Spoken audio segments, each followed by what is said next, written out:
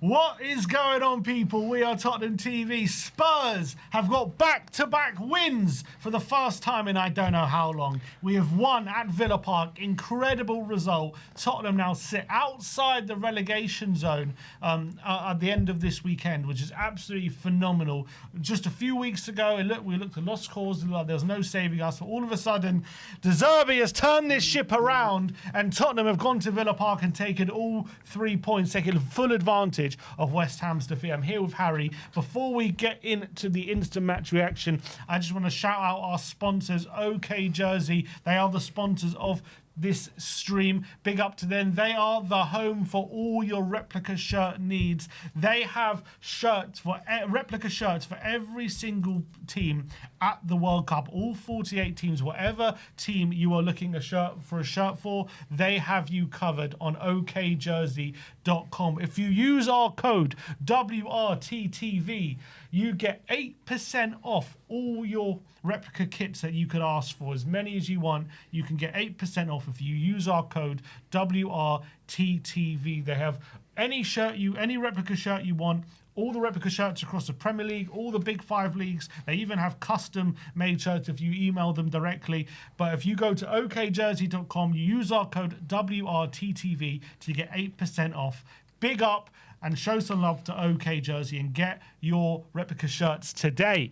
Now, let's get into the instant match reaction in what was a fantastic day for Tottenham. And I think it's the first weekend you really felt the pendulum swing in our favour, potentially in the relegation fight. Off the back of West Ham getting absolutely slapped 3-0 by Brentford yesterday, everyone knew it was a massive opportunity today for Tottenham to climb outside the relegation zone and really take initiative and be proactive in this relegation fight. We got our first win of 2026 last week against Wolves. Zerbi has been banging on about we need our first win. Once we get that first win, the floodgates are going to open, the confidence is going to flow through this team, the pressure will be lifted a bit.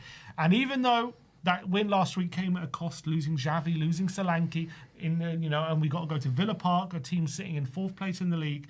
We did not let that affect us. Villa rested players today. They had one eye on that game on Thursday in the Europa League in the semi-final. And Spurs took full advantage today. An absolute dominant display. A game of football I think we haven't dominated like that probably all season. The most dominant one we've had. It was an exceptional display, full of confidence, full of composure, and most importantly, with lots and lots of quality as well, especially in the first half in the attacking areas. We were able to hurt Aston Villa, create chances, took a 2-goal lead, and ultimately that was good enough to get the victory.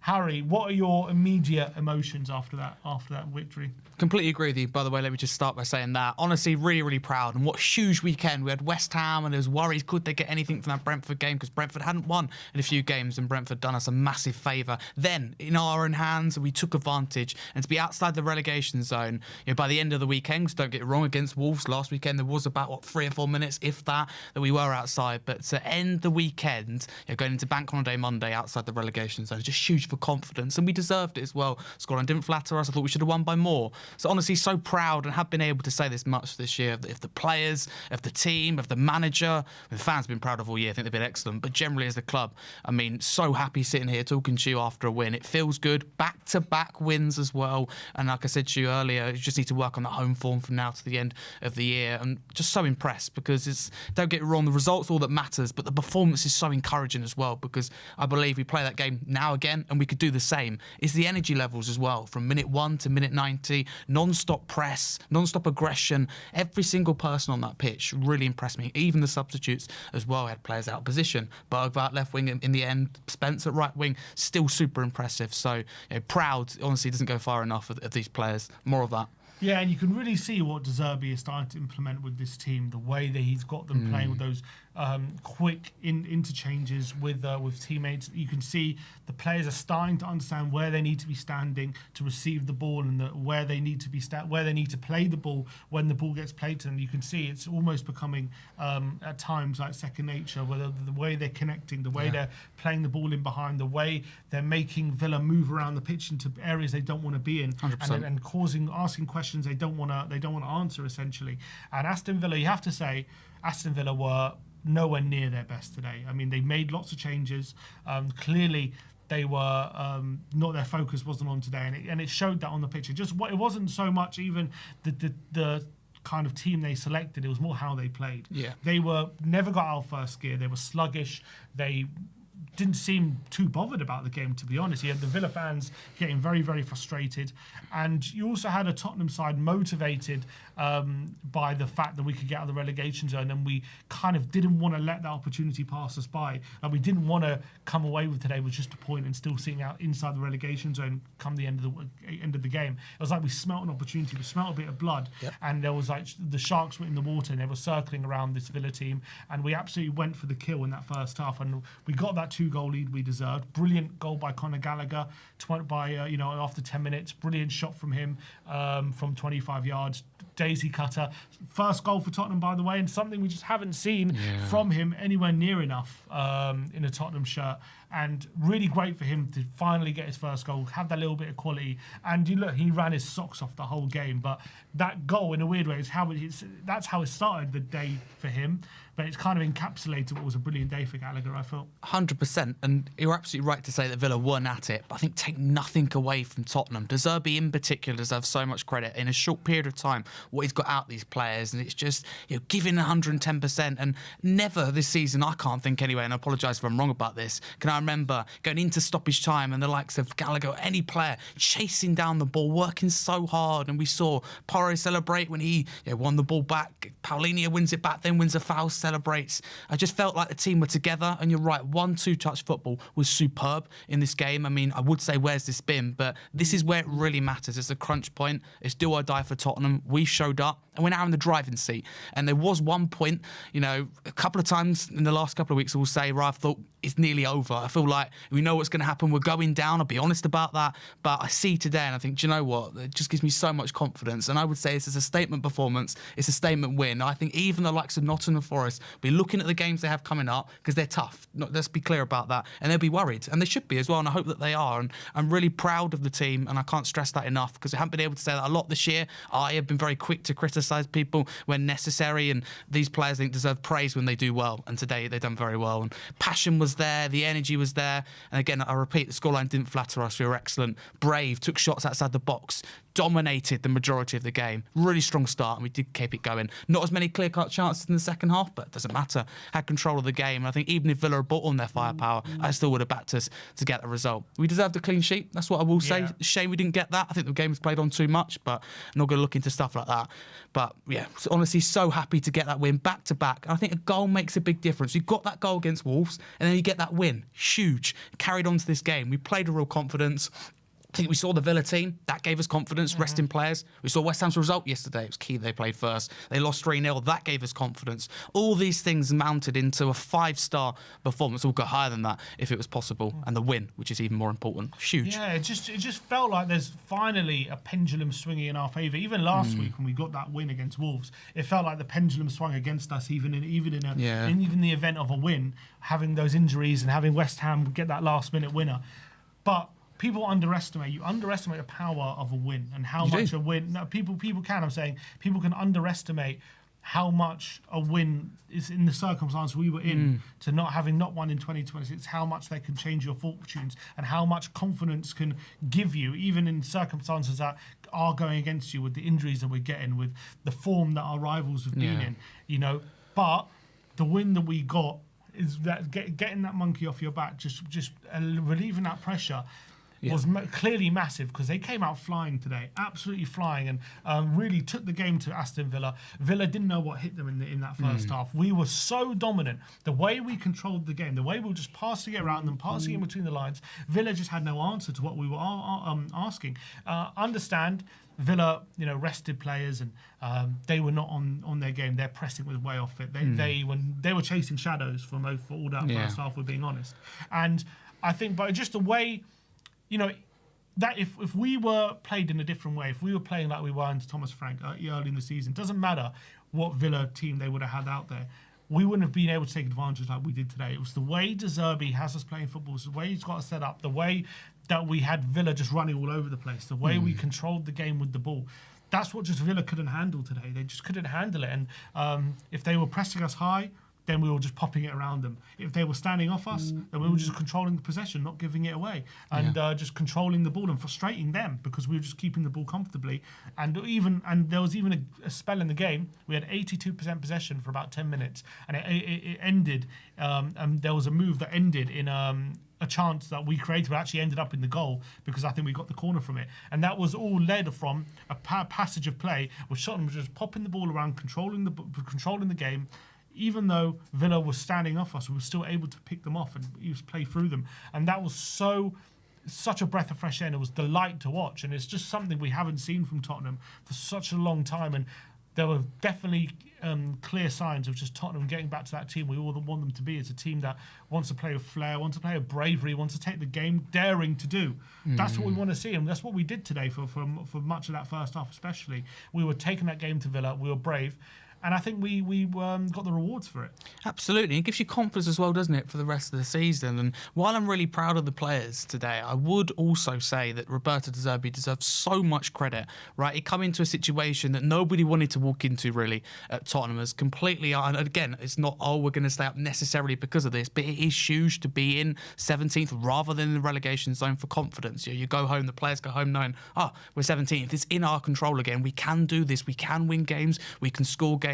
And they just believe in themselves a bit more. But De Zerbi deserves so much credit. And, we were all saying, or some of us are saying anyway, myself included in that, as fans, if De Zerbi keeps us up, he deserves a statue. We said it in a funny way, but seriously, the work that he's done in such a short period of time, it's not just getting 2 wins. Because a lot of people said, it's all right, you can beat Wolves, but we've also beaten Aston Villa, who are a juggernaut. I backed them to win the Europa League. They're going to be playing Champions League football one way or another next year. This is a big result because Villa's B team is still much stronger, in my view, than ours. We had so many things thrown with us, right? If we stay up instead of West Ham, right, they've got 0 injuries. I said this during the watch-along. This is really important. We've got 12. So that's just... No other team really can compete with that. So when I say I'm proud, of course, the context is important, but that's what I'm talking about. But today was really, really good. The result, I said to you before, I don't get how we played. But sitting here now, I'm really impressed with how we've played, as well as just getting that result. So it gives you confidence as well going forward, because I can sit here now with confidence and say, I think we can get a result against Leeds. I might not have been able to say that before the game. I know that football, things change really quickly. This is a prime example of that. Really happy. So many standout performers today as well. Where'd you start? I would say for me, I don't even know who I'd give man of the match. I have to say, João Paulinho was absolutely exceptional, I thought, in the middle of the park. He's probably up there, definitely within a shout for man of the match, I would say. I thought the aggression he had in that middle of the park, he just wasn't allowing any Villa player to have any sort of control. He was just snapping the heels of every single Villa player every time they got even sniffed the ball. João Paulinho was there. But not only that, I have to say I was very impressed with his ability on the ball today. Much better than it's been in a lot of other games I've seen him this season. Spraying the ball with a lot of switches of play. There was a few moments as well he was able to, he hit the post with a long-range effort. There was little dinks over the top, very close to finding Tottenham teammates and creating those chances. I thought there was a few times he was even able to get the ball, charge into the middle of the park, pick up free kicks and pick up some fouls as well. But obviously defensively, just phenomenal the amount of work he got through João Paulinho. It was a real performance that reminds us that this is how good he can be when he's at his best. Yeah, 100%. I think you're spot on with Paulinho. A lot of people doubted him, and while of course every player is right to be subject to some form of criticism, I feel like Paulinho's got a bit too much. And yes, of course, he's not who you go to for necessarily offensive output, but I think he brings a lot more to the team than he gets credit for. And not necessarily in this game, but beyond this as well, since his return, I think Bentancur's been key. I don't think it's a coincidence that he's come back, and not only we look better, but we're getting results. I think, not to say it's just down to that, but I believe that's a huge factor.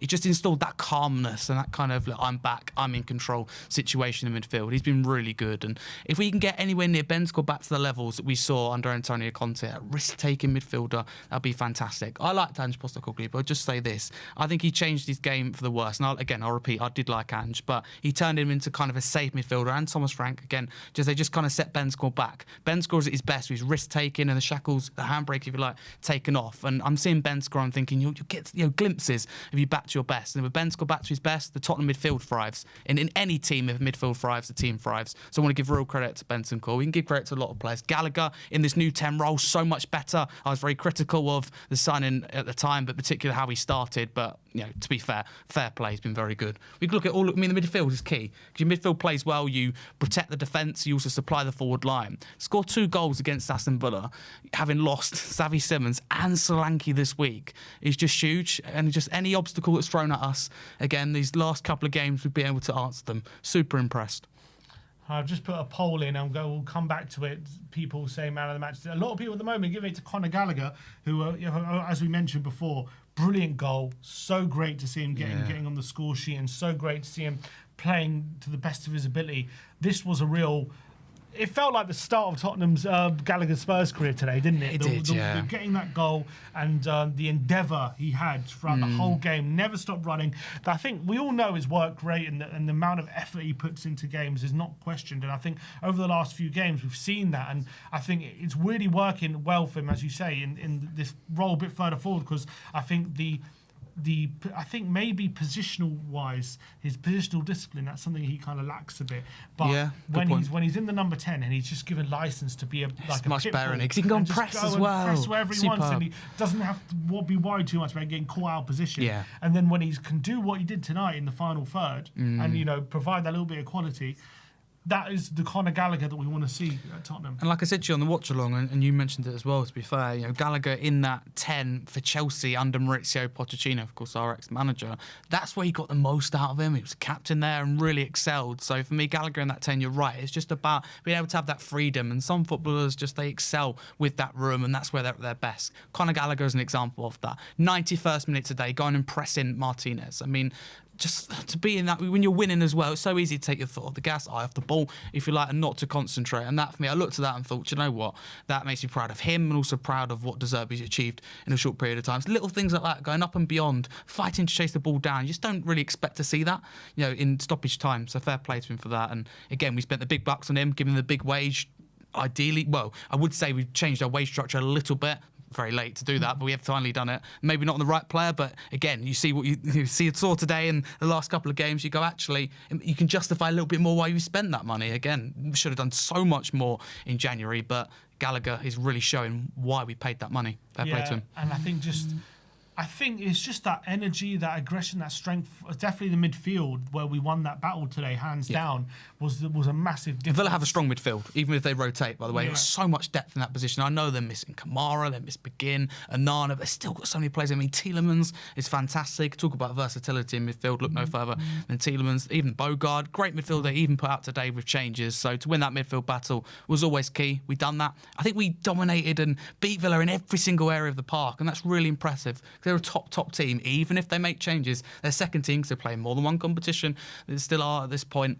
I mean, just that win and that performance is just huge. And they're a good side, even though they make changes. I know how the media are going to write it. The newspapers tomorrow, Villa slip up. It shouldn't be that. It should be Spurs capitalise on a poor Villa, yes, but Spurs, it should be all about our performance, because Villa could have done whatever, in my belief, put out whatever. Not saying we necessarily won, but again, I'm very confident we would have got a very good result nonetheless. We played well. Yeah, I think we won the game more than Villa lost it today. 100%. Yes. I think we were just phenomenal. I also think first half we really took the game to them, and I feel like in the second half we really just controlled the tempo, controlled the game. It was a very game of minimal chances or openings in that second half, it's fair to say. And look, will Zerbi be disappointed that how obviously we conceded and we didn't really kill off the game in that second half? We kind of sat back a bit. Well, we had a lot of possession. Did we still have more possession in the second half? Yes, surely did. Second half. Well, actually, Villa had more possession. Did they? Oh, there you 55%. Must have been that latter. If you take away that last 5-10 minutes, though, we definitely ran out of energy for sure at times, which is why we made some subs, brought on Sarr and whoever else. We ran out of a bit of energy, and we weren't able to keep up the same standard, I think, of pressing in that second half. But the first half, but I still think we were really comfortable in that second half, and we kind of kept Villa arm's length. We controlled the game how we wanted it. Obviously playing a bit more on the counter-attack, and we had a couple of moments like Spence was looking a bit dangerous. But I think first half was a bit like, rock and roll, go for them. And then second half, just calmed it down a bit and That's just what you need, though. controlled the game. And we haven't been able to do that. My criticism has been that when we've played well, which has been very rare, let's be honest, with that this season. But when we just haven't been clever enough to see that game out. Even Brighton, we were good, but not clever enough to put your foot through the ball necessarily. Like it was Dancer in that case, who was excellent all season. He was excellent in that game. That's why it's so frustrating for him. But today we're just professional, got the job done. That's what's most important. Again, I repeat, if you play like that for the rest of the season, we're okay, no doubt about it. And we could even catch even Leeds, but definitely Nottingham Forest as well, and keep in front of West Ham. It's huge. I'm just sad we couldn't keep that clean sheet. I know tiny things like that, and don't get wrong, we'll get hung up about it, but I'm still really frustrated because the backline weren't tested too much, but they deserved a clean sheet. After today's result, outside the relegation zone by a point with West Ham's defeat yesterday, he also, as you mentioned before, dragging Nottingham Forest potentially back into the equation. With now there's only 2 points between us and Nottingham Forest. Obviously they got Chelsea tomorrow with their game in hand. Then next week we've got Leeds at home, with West Ham having Arsenal and Forest having Newcastle. 2 tough games for them. Are you starting to believe now we're gonna beat this? We're gonna get out of this. Is that performance and what you saw today, has that fueled your belief? Or are you still thinking there's a long way to go here? I really am, but do you know what? I'm a big hypocrite. I'll hold my hands up with that, because I'm thinking at the start of the day, actually, I'm really worried, because this is the point where a lot of teams down the bottom pick up points. I'd be very worried, but I've seen today, and it's just given me so much more confidence. I can sit here now saying I think that we will stay up, but I still think there's a huge possibility it goes to the final day. It's gonna be very nervous. I'll be there, Everton, as a season ticket holder in that game, and I think it will go down to that. I think it's going to be very tight still, because my belief is that still West Ham and Forest are still going to win for the end of the year, even though they've got tough games. I think Leeds are probably okay, but still. Is there a pathway to not let it go to the final day? Because if you think about it, with this result, if we beat Leeds and West Ham lose, that's 4 points. We're in a really good position. So that means if we can make it to 4 points, that means if in the penultimate game we have Chelsea away, which obviously we know we're unlikely to win, but then West Ham go away Newcastle. If they then don't win that game, it could be over before the final day. I don't want to be negative, but West Ham under Nuno, they're best in my view in getting results where they're not expected to. That's where Nuno, I think, has thrived over his career. If you say to Nuno, okay, you just West Ham, the games you don't think they get something, like I've said when they play Arsenal, wouldn't surprise me if that ends in a draw, for example, and people say, oh, yeah, West Ham won't get anything from that. So I think we have to be wary of that. Forest and Leeds, it's just how confident they're looking, right? I mean, we could be really confident after this, don't get me wrong. But West Ham, I mean, yesterday I didn't expect them to lose by 3. How does that affect their confidence? So right now, at this moment in time, I can say to you that I'm confident that we will stay up, but in football, things can change so quickly. We must build on this. We mustn't become complacent and go, we can sit back now and we're okay, we're outside the relegation zone. We need to keep this level of performance, the right attitude, the right mentality, and Zerbi will ensure that, let's be clear. And going into Leeds, have to win that, and then we're in a really nice position with 2 games to go. Because they're tough games, though, all 3, in different ways, they're tough games. Yeah, but it must be a relief for the players to now be sitting outside that relegation zone after back-to-back wins. And it's massive psychologically, I think, as well. It's absolutely massive to, having been sat in that relegation zone. A lot of people said, if we get in that relegation, we ain't getting out of it. And now we have got out of it. Yeah, it's a massive psychological boost for this team. And look, we probably, in terms of between now and the end of the season, you'd say the fixtures probably lay in our favour more than Forest or West Ham. And, after being favourites from at one point to go down, of this result, surprising a few people, has probably made West Ham now favourites for the drop, you'd have to say. Absolutely. Again, things do change so quickly. So, I watched West Ham a few times of late. I thought, really good. But Brentford, they'd be really worried by that. Having said that, they did hit the bar a couple of times, things like that. So sometimes the scoreline doesn't always reflect the game. But I believe right now we're in a much better position than West Ham. The games, you're right, not easy for us, but they're still easier than what West Ham have got. So, yeah, I'm feeling confident at this moment in time. And I just hope that we can stay outside the relegation zone, because I'm a big believer that if we do go down, I think the consequences are catastrophic. And I don't believe there's any positive. I'm just not. That's me. I believe some people go, cheaper this, you get that. I just don't think any of those things are the case. I think there's no benefit in going down. We've got to stay in the Premier League, because the consequences, whatever you want to look at it, financial, whatever it may be, are devastating. So we're on the right track to stay in the league, and today was huge because I was hoping that we'd get a result. I thought we'd have to grind it out. We didn't. We dominated. We deserved to win by more than 1. So I'm so confident after this, and again, I repeat, proud of what the players have achieved, because I think even the most positive of Spurs fans, I like to think I'm one of them, didn't really see this coming, not the performance anyway. So super proud of the team.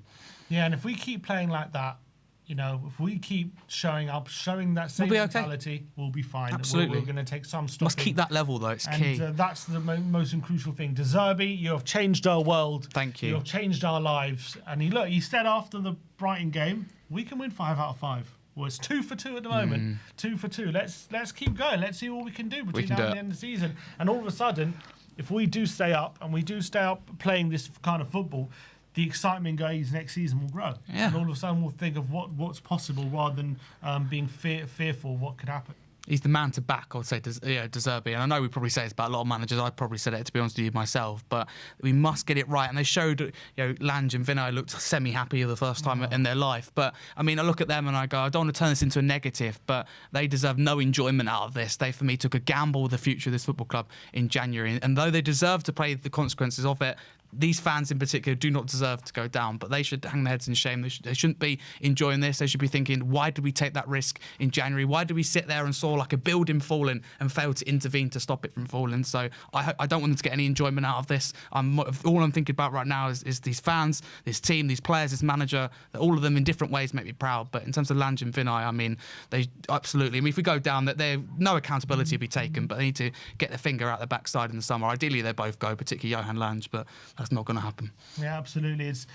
Look, our future hangs on these next few games, and look, De Zerbi finally getting a tune, getting the results out of these players, which should have been gotten a long time ago. They're lucky they found De Zerbi, because De Zerbi's going to save Lange and Vinay, and they don't deserve saving, but I'm glad that he's come in and done that. This guy clearly is an absolute top-class manager. All the players seem to have really bought into him very, very quickly. They seem to have glowing reports, and some of the football we played, especially that first half, was absolutely phenomenal. It was to die for. Best I've seen of any team this weekend. Can I just say that as well? Honestly, it was some of the best football we've played in a long, long time. Yeah. And, some of the patterns of play, some of the interchanges, it was an absolute breath of fresh air under the light to watch. I think it's important to say Villa having rested players and having a much changed team and not being out first gear, we ain't going to be playing teams like that every week. So you obviously can only beat what's in front of you. You have to take advantage. I don't think many teams can beat that, though, if you play like that. I will add that. I know that we're lucky with Villa today, but I still think maybe I'm looking at it from being, closed-minded. And I'm not saying, oh my God, we're going to triumph every single game. But if we play like that, though, I absolutely back us to stay in this league, because that was a really high level of performance. And I think Villa, even their strongest players, they would have struggled to beat us. I agree with you. I think we would have had a chance when even Villa went full strength. But my only point is it a bit hard to judge? Of course. How dominant we were when we were playing against a team who were really not in first gear. And I have to say, they were well below par. Like, they were much worse than they were awful. Yeah, they were really worse I've seen them this year. It's important, to remember that, because this wasn't a vintage Villa side. This is a Villa side way off the pace, and I think they would have been beaten by a lot of teams today. Even though Leeds are in a comfortable position, they're playing really well, playing for confidence. That'll be tough. Chelsea, not in a great period, but again, Rashinia's gone, so they're a bit of a kind of half semi new manager bounce, if you like. Everton are a good side. That's where the test's really going to be. So although I'm confident sitting here talking to you, if we just let that performance drop a little bit, I don't think it will, but if it does, just to say, then of course it's a different situation you're talking about. I think West Ham will get more points, as will Forest, than people think. That is my only worry, but again, we keep doing our job. We've got to focus on ourselves. That's the thing, right? Of course, you're going to worry about other results, but let that happen after. Do what is in our control. You can only control our performances. You can only control our results. We've done our job in the last 2 games. That's what makes me happy. We shouldn't have to rely on other results. Like yesterday, we shouldn't, again, need to be in the situation where we're relying on Brentford, if that makes sense. So if we do our job, we're okay. And the players, they got belief back again. You can see it in them. You can see it belief, confidence, the right mentality. Something that is just... we would have thought would never returning to this team, especially after losing to Sunderland, after conceding in the last minute against Brighton. You thought, okay, this team is done for. There's nothing left in this team. But De Zerbi has been able to find something. He's been able to, find a little bit extra from each. We seemed unsavable, didn't we? Let's be honest about it. At one point, really unsavable. And again, I'm really positive, being only a young fan at 17. There's been times where I've probably been too positive. But even I thought, do you know what? Is it done, or is it gonna? It just felt inevitable, didn't it? At one point. So that's absolute credit to De Zerbi. That's completely changed the circumstances and made us feel confident. Again, it's just the performance as well. Not safe yet, but we're in a much better position than Friday. Yeah, so much better. The fact that we're in this position now, not outside the relegation zone with 3 games to go. I didn't see that happening Friday. If you go back 2 or 3 days, I didn't see it. Everyone thought we very possibly could start outside that relegation zone. You felt this weekend was key, but I didn't think it'd be quite as positive as it was for us. Well, advantage Tottenham in the relegation battle. Let us know in the comment section below what you thought of today's massive, massive win at Villa Park to take Tottenham outside the relegation zone. But that is it for your instant match reaction. On the poll, Conor Gallagher leading the way with after 1,500 votes. Good shout. Conor Gallagher, 67%. It's credit to a lot of players. So many you can choose from. You can make a case for, I think, 4 or 5 different players at least. Alenia, second, 25%. Richie, Bentancur, that are all great. There's a lot of people. All right, let's see what. Huh?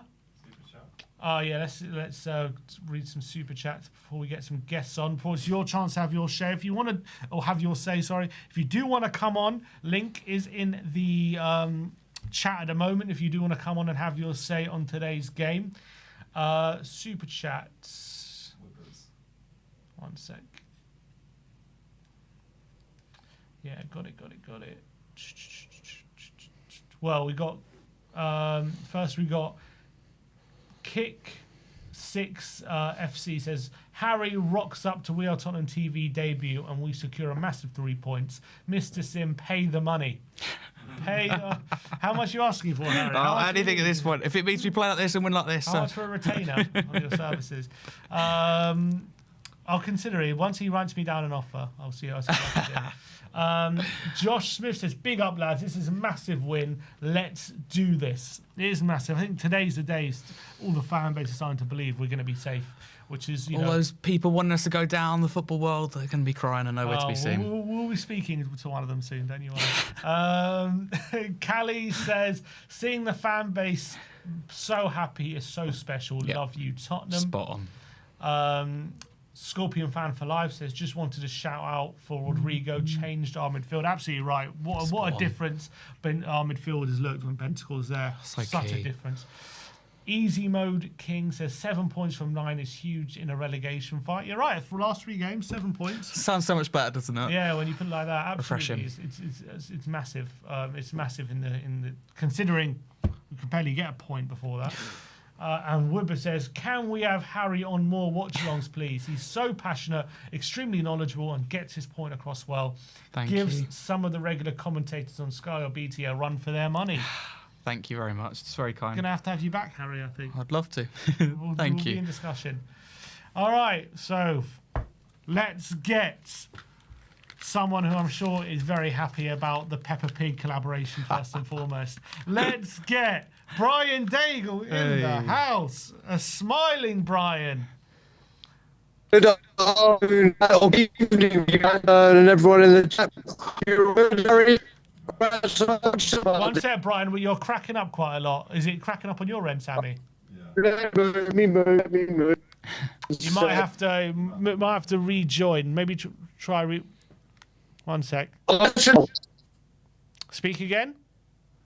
Hello. No, I have to leave and come back. He said, Sammy says leave and come back. We'll get you back on, Brian. We'll get Brian back on in one moment. We all need to hear what Brian's got to say. Absolutely. Where's the link? The link is in the chat if you want to come on. It's pinned to the chat. So if you click the link, you can come on and have your say.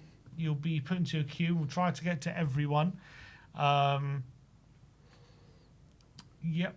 Let's just wait for Brian to come back. What's this? Did anyone just watch that Zerbi interview? Did anyone know what he said? Because we couldn't hear what he was saying. But he's delighted, isn't he? Yeah, he was on for quite a bit. So I was wondering. I love his passion. Let's see. If there's any quotes coming out? Javi Simmons has posted with holding 3 fingers up. Love it. The scenes are good, aren't they? There's clips of Zerbi at full time. Nice to see. What's he doing? He's doing some sort of like that. Is he checking for a pulse? Is that what he's doing? Yeah. Love it. Great scenes at the end there. What a night at Villa Park. What a night. All right, let's get Brian back on. Wait, let's talk. Let me see. Test it, Brian. Hello. Yeah, much better. Yeah. Much better. Good, good, good. Hello, Brian. Mr. Good. Daigle. Let's try this again. Good afternoon or evening for you two. Good evening, everyone in the chat or wherever you are in the world. And big up Harry on his first watch along. Big up, Brian. Good to see you. Good to see you, buddy. A win, isn't it, Brian? Get out of the relegation zone, 3 points. Look, we've been surprised, isn't it, with this win? Everyone thought we'd struggle to get a victory today. Everyone thought we'd definitely be dropping points, especially after West Ham's loss yesterday. There was a real opportunity today, and we just grabbed it with both hands, didn't we? We did. I mean, first of all, just like London buses, Spurs wait 118 days for a win and then 2 come back to back. So we got that off our chest. And you know what? The biggest thing for me was how we're going to score from open play. And then we go and score 2 goals from open play. So it shut that up. But you know what? There weren't 11 men on that pitch today. There was 11 warriors. That's what was there today. The Wolves game and other games, we haven't seen that fight, intensity, hunger. Today, you saw all of it. You saw all of it. They were closing down in packs. They gave everything they could give, and the lads today and Zerbi deserve massive credit and adulation because God, they put in a performance today. We had to do it, especially with the West Ham dropping points, and we're like, would the boys be able to handle that, having that pressure, knowing that the win will take us out? And they stood up to the occasion, and today they definitely earned their Spurs, didn't they? Yeah, absolutely. I think going into today, obviously, there was a bit of pressure to get the result, but it was more clearly they went into this game looking at it as an opportunity rather than something to be feared against. And I think we came out flying, scored early, and the way we just grabbed that game by the scruff of the neck was an absolute delight. And how Zerbi has just turned it around is just magnificent, isn't it? Well, you look at it. If we look at the game, Sunderland, obviously that was his first game, and he only had the players for a little while. It was a poor performance, but and we wouldn't have won that game if we had 14 players. Then we played Brighton, and we put in a really, really good performance, but we just couldn't see it out. We switched off a couple of times. Then we played Wolves, and we looked really poor and got the lucky goal. But today we had it all, didn't we? It was like a combination of the 4 games, all moulded into one, and we actually played really, really well. And you can see, like you said, Sim, what you're saying, you can see the impact he's having on the lads. 100%. Brian, you described earlier, not just 11 players, but 11 warriors. I think you're absolutely right with that. If you had to choose one, though, who would be your man of the match? Of course, a lot of standout individuals today. Without a shadow of a doubt, Conor Gallagher. Without a shadow of a Gallagher. Today, I mean, he got the goal, but we know that when he came, he is all about energy, closing down, just running ragged, and that's what he did today. I mean, the big difference, I think, with him is he's now got people like Paulinho, Bentancur or Bissouma beside him, and it isn't just the kids of Gray, Bergvall and whoever who put the shift in, but you can see the difference that those 3 have brought to the midfield that we desperately needed. But him, I think, I don't know if people were speaking about Porro. I thought Porro was fantastic today. Yeah. Maybe not going forward, but defensively, he was outstanding. Paulinho, my God, that little passage of play where he did that little swivel, ran past the player, got fouled, and then celebrating like we just won the World Cup or something. And literally, you can see the steam coming out of his back. You know what you're going to get with him. You know it. And what I will say as well, there'll be a lot of people that say, do you know what, we only won this because Villa were resting players and one eye on Europe. You can use that if you want. Today, the lads had to go out and put a performance and beat what was in front of them, and they did, and they passed every single test. The only slight blemish is the goal at the end, but it really won't have a major impact. But it was a disciplined, professional, and much better performance than we've been seeing, both defensively and attackingly, and we held out. Yeah, and it's like you look at today's game, and I think that was the first shot we conceded the goal, wasn't it? I don't think they had too many shots on that. They barely got near our goal. First on target, yeah. Yeah, first on target, and we didn't kind of get those defensive numbers playing defensively, did we? We got those defensive numbers by controlling the game. Yeah, do you know what I mean? I heard you and Ben talking all week, and obviously when we've been speaking, we're wondering what we're going to do with the midfield to try and help the front line that was weaker than what wasn't the strongest front line we've ever had. But what I was really impressed with is the way they were pressing today. It wasn't a non-stop, relentless Poch kind of press. It was wait for that one moment and then just all go for it. And we won so many possessions doing that. It was discipline. It was the performance. Everything was to a T. I think Spurs knew, or Zerbi knew what he had as with the players and what they can and can't do, and he just heavily focused on what they can do, and it came up trumps, and it's given us a massive advantage going in with 3 games to play, and they're going to be big games to play, but we now have the advantage. Yeah, absolutely. Talking about in terms of the relegation fight. As you say, we do have that advantage now. We're outside the relegation zone. Psychologically, how big do you think sitting 17th instead of in that below that line is now between now and the end of the season? I do think it's massive. Like I said, I predicted from Forest it would go down. I'm still not 100% like where we're staying up now, but now West Ham know what they've got to do, and they've got a very hard game with the Filth. And you know what? I actually hope the Filth win. I don't give a monkeys if they win the league. It's about us staying up. If the Filth win, the Filth win. And then we've got to take a massive performance from Leeds, who are playing incredibly well at the moment. Leeds are on fire at the moment. But it is right now. It is advantage Tottenham. Yeah, so for you, are we now staying up? How confident are you? I put it this way: I was 100% thought it was done after Forest. Let's just say I'll take it down to 90. And that's not me being negative. It's just there's going to be twists and turns. Yeah. You just know what we got to do at the moment is not start looking ahead and going, we're going to get out of this. We need to take it game by game, like people are for titles. Like there is a lot of football to play, a lot of twists and turns. But if those players can stay fit, Richie, it was so noisy in the yard, so I don't know if Richie went off as a precaution, if there was an injury. He looked like because he wasn't going to come off, and then they changed their minds, and Richie did come off. Exactly. So we'll hear about that. Hopefully, it was just a precaution or a minor knock, and then we'll go. We can't afford to risk any more players getting injured. But put it this way, if those players stay fit and put in those type of performances, then 100% we stay up. Yeah. Wait, so you're saying 100%. before you said you'll take it down to 90 that will stay up? That's what you're saying, not that we'll go down. At the moment, without knowing what's going on and with lots of football to play, but if you were to tell me right now the next 3 games that team is going to play and they're going to play that intensity and whatever, I shoot straight up to we're staying up. Incredible, absolutely incredible. It's an absolutely brilliant night, wasn't it? It's a brilliant night. We go to Leeds now. If we beat Leeds, and as you say, if West Ham lose, all of a sudden 4 points with 2 games to go. What a position that would be. Exactly. It's Leeds coming to us, obviously, and it's Monday night, and obviously we'll know what West Ham did.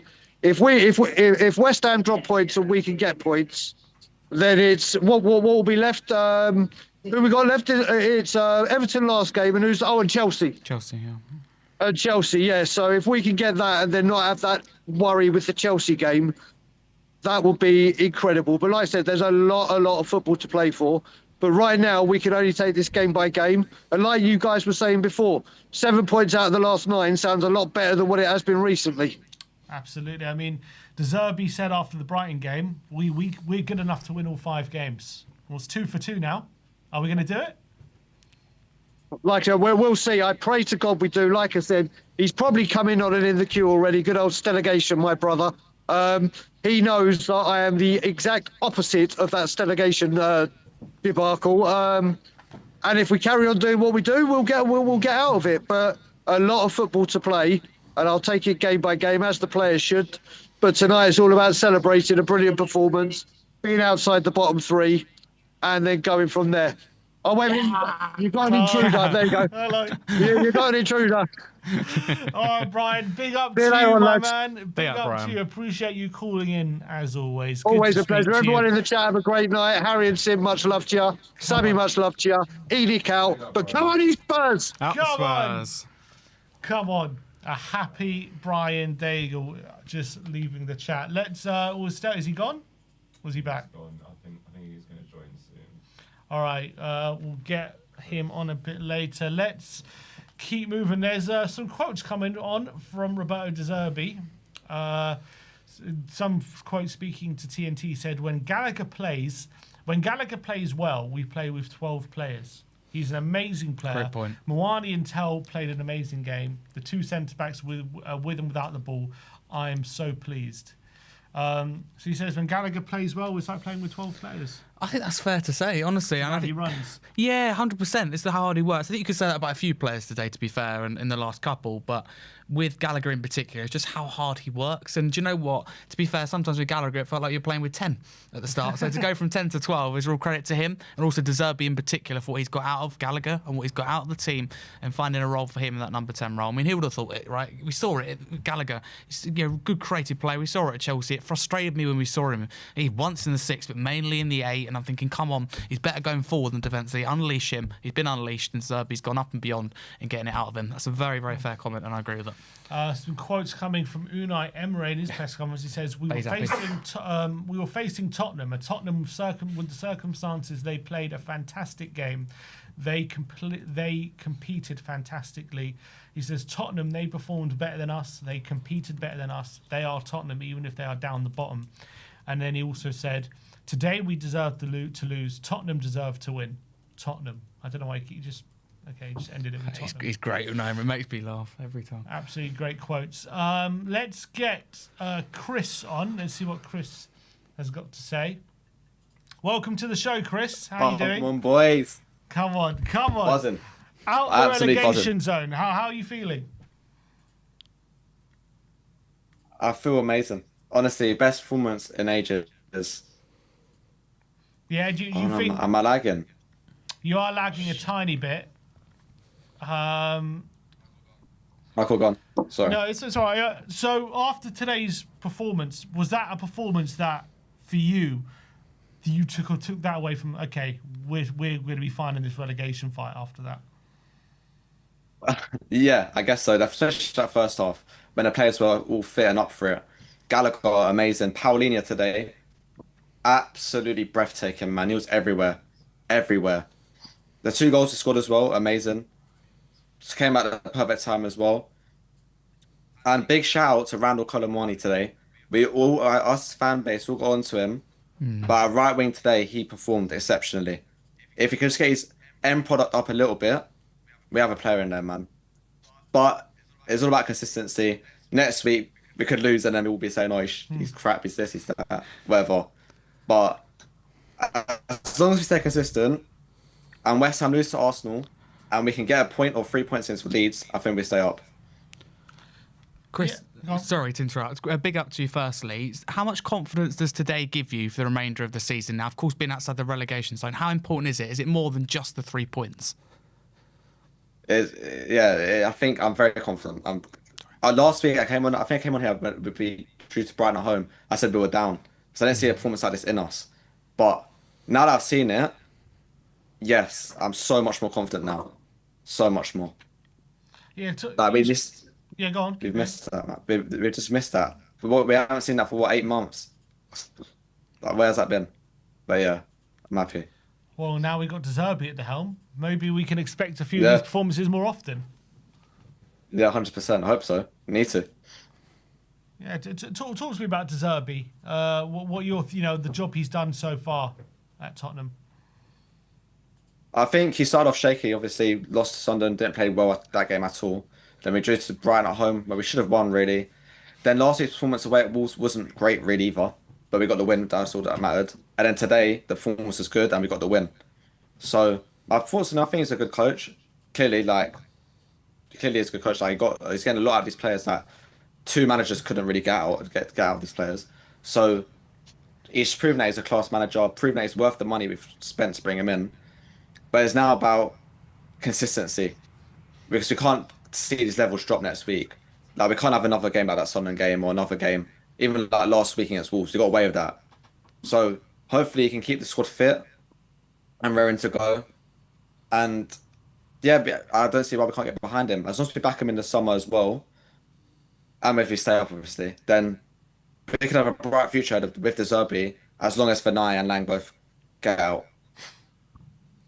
Who was your man of the match? Paulinho. 100%. Paulinho.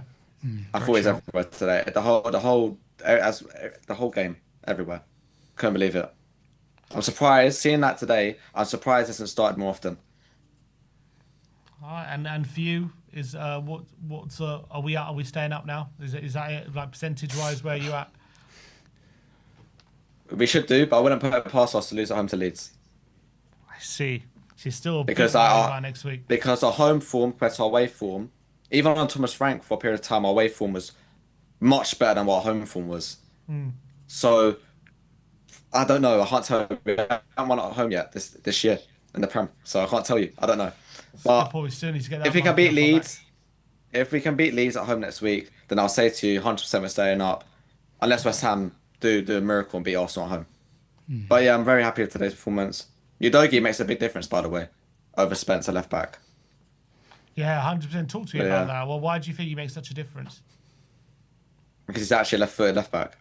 So you don't have to, he's not so predictable as well, and he's better to defend with and attack with because he can go down the left, go on the flank, and get balls into the box to Richarlison or Solanke, whoever it may be, who's up front. So it's good. It was nice. It's breath of fresh air. Spencer, I'm saying Spencer's bad, but at left back, I don't rate him too much because he just doesn't offer anything going forward. I thought it would be way too pragmatic with him in the team at left back. But yeah, honestly, amazing performance. I was surprised we even scored 2 goals without Xavi Simons today. I was surprised. 100%. But look, Chris, appreciate your time, mate. Appreciate you Appreciate coming guys, on the Tim, show. We'll see you soon. Big up to you, my friend. See you soon. Pick up. Got to you now. Nice one. Take care, guys. Bye-bye. Nice one. That was Chris. I'm just seeing if there's any more quotes coming out from Zerbi. Not yet. Oh, yeah. Just on his press conference now, he says, I'm very happy, very pleased for the performance. We won a great game against a great Aston Villa. Okay, they have to play Thursday, a very important game for them, but okay, it's very tough playing against Emre, against this Villa in this stadium. They have a very nice stadium, and for that, I'm very pleased. The performance with the ball and without the ball, great courage, and with the ball, great quality. Okay, we are 1 point more than West Ham, but it's more important to play a great game and believe in our qualities. We have to play like the first half for 90 minutes. I didn't like the goal we conceded, but there are a lot of positives. Yeah, I was wondering how he would have felt about that second half, or especially the latter stages, because there was definitely a drop in intensity, a drop in performance level from that first half, wasn't there? I would say so, not dramatically, to be honest, because I think we were so good in the first half. That's more than anything. It's not that, oh my goodness, what happened in the second half. It was actually we were really good in the first half. So again, more credit to us in that case. But you could tell he was a little bit animated, wasn't he? A little bit frustrated towards the end. I felt like, when you kind of needed that final whistle, Watkins coming on made it a little bit harder. Villa finally, come out of gear ones, maybe gear 1.5, 2 again, if we've been very, very kind in that respect. But yeah, he'd be frustrated to concede because we should have again won by more than one. So he's a manager that pick up on these little things because on another day, a couple more minutes extra, what could happen? As good as we were, because that's football sometimes, is defined in moments and not always the scoreline will reflect the game. So yeah, he'll pick up on that because we deserve to keep the clean sheet. And he said Bentancur is just tired, so no injury, which is obviously great news. Let's get KJ on. Let's see what he has to say. Big up. Yes, What's KJ. up, guys? Come on, How's big it up going? to you. Thanks for calling in. Thanks for having me. Yeah, our pleasure, our pleasure. Zerbi said delighted with the performance, and he said it's more important to play like we did today to show what we're capable of. What do you think about what he's saying? Absolutely. I think he's spot on there. Frankly, just the show of urgency, there was no lackluster kind of lethargic players out there. Everybody was kind of giving it 110. And I think for us that really made the difference. For sure, just the hustle, Yeah, well, I mean, you could see there was just a difference in energy levels between the two sides today. Well, what do you put that down to? Was it Tottenham having that extra motivation, or were Tottenham just better? I think Sim, I think it's a bit of both. Frankly, apparently like Aston Villa had their lesser players on. Regardless, I think every player was just so on it. I guess we were rejuvenated from last week's game, but it didn't look like anyone was going to lose the ball. I mean, we kept it looked like, I don't know. I looked down from the game for like 2 seconds, but it looked like every time we had the ball, anytime the game was going on, we were dominant. that last goal really, really was a stinger for me. What impressed you most about today, can I ask? You mentioned a couple of things there. I think you're absolutely right. But what stands out to you? You go, do you know what? That really impressed me. Kolo Muani. Yeah? Wow. Kolo Muani. It's good to hear. He's so underrated, and I talked about this last week. I mean, I even pulled up some stats from this game. Obviously, he didn't score or get an assist, but he was so physical, and he made such a difference. Just like his first 2 touches, if you really, really watch him, his first 2 touches are like 3. He always wiggles. Everything is like he's just so like he's just got such a. I say he's got like hands like feet, you know. Yeah, I mean, like 67% successful dribbles, 2 out of 2 crosses, 1. I mean, dude, he did such a good time. I mean, look, I have nothing bad to say about Kolo Muani. I think he needs so much more credit, and I think the last gentleman just spoke him up too. I mean, Kolo Muani, like seriously, he made a difference for us. He wasn't man of the match. I think Poro was man of the match, but Kolo, Okay. man. Talk to me about Zerbi. 7 points in our last 3 games. In the 4 games he's had, it's now 2 wins, a draw, and a loss. Outside he's got us outside the relegation zone. What do you feel the job he's doing in the moment? How he's got us playing? Well, I can say as a coach, I coach like youth soccer out here in Maryland. He's excellent. He is excellent. I think everything he does is spot on. I mean, I haven't seen him. I love how he's very, very active. I'm super hands-on. I scrimmage with my players every practice. I think I love the Italian passion. I hear him talk sometimes. I'm doing the dishes and I'll have like his post-match or something on, and he sounds just like Conte. It's just so funny. I love it. But like, I think he's an excellent coach, to answer your question. I mean, he's definitely the reason that we are like, buying in. Like from Van de Ven, our defense, for him to like have that mental turnaround is huge for us. And it's all up to De Zerbi. He definitely believes in De Zerbi. I think if we do well enough, I mean, I think it'd be cool if he stayed. I know he's talking about leaving, but I think De Zerbi has that pull, Yeah. I mean, he's really just turned our fortunes around, hasn't he? Now outside the relegation zone, for you, are we going to end up dropping back in it? Is that it for you? Are we now going to stay up? No way. I've never been a negative, like pessimistic Spurs fan. I've always been optimistic, always. And I'm so glad that last year it paid off. Like I said on my last stream when I was with you guys, I talked about it. Like I told them, I was like, after the Wolves game, I was like, we're going to win. Everybody just woosah. We got this. Like, just believe. Like, we need positive Spurs fans. Like, if we don't have it like that, it's the imbalance is, it's there. And that's what De Zerbi talks about, isn't he? He spoke about it, that positivity. And you can see it in the players, can't you? Yeah. Of course. It's all about – that's what football's like. Like, when I coach – like, so when I'm coaching the kids, right, I have, like, 7-year-olds. 1/3 of coaching, like, youth football is mentality. It's fear of going in for a 50-50 tackle. If you're scared of going in for a 50-50 tackle, you're fucked. Sorry. And so with that, like at the professional level, I think it translates to run for everything. Why are we waiting? It needs to be organized, but that spirit doesn't come from someone you don't believe in. KJ, if we stay up, can I ask, are you excited, long term, like from next season under Roberto De Zerbi? Do you believe he is the guy to stick with, to back, and really achieve things under? Of course. I mean, it's evident. And now, if you had asked me that before I saw us play the last couple of games, I wouldn't have answered the same. I'm a huge Pochettino fan. I'm like super, I'm very much anticipating him coming back. But okay. I love De Zerbi for us right now, and I think he's just what the doctor ordered. Thank you. Yeah, absolutely. Yeah, for sure. And it's such a breath of fresh air seeing some of the football we play, isn't it, in that first half compared to what we've been playing most of the season. We played such good football, Sim. It was insane. We played such good, I'm telling you, like everything. How about Tell? I mean, how about Tell? What did you think? Yeah, I thought it was good. I thought he played well. He got the assist for the goal, didn't he? And I thought he was causing them a lot of trouble. He absolutely rinsed Matt Cash with that one moment, didn't he, down the line? Yep, I saw that. Yeah, and he was a player just playing with much. Look, he plays with a lot of confidence. I always feel always tries things, and I think having that confidence, knowing he's like the number one at the moment, especially because of the injuries, I thought he played a really good game.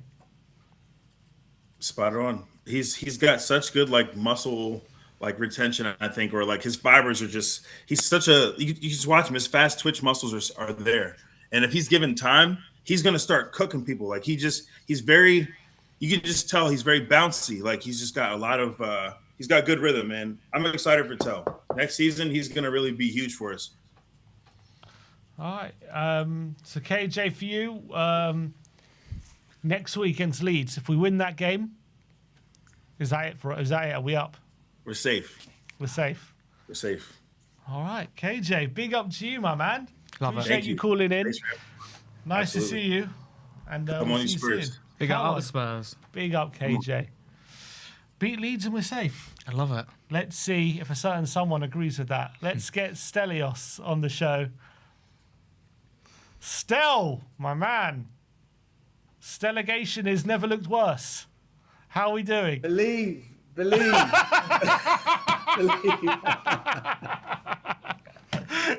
Brilliant. How are you feeling today, Stel? Just tell me about the performance first. That performance, we probably haven't played that well all season, have we? I thought it was the second best performance of the season, just behind Man City away.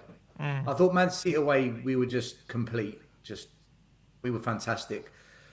Today we were closely just behind that. It was as good as a Spurs performance that we've seen. It's the best performance in 2026. I'll give you that for sure. And look at how Zerbi, what he's bringing to the table, what he's bringing to this team. You can just see it evidently on the pitch, can't you? Well, look, Sim, this is something we've been saying all season long, right?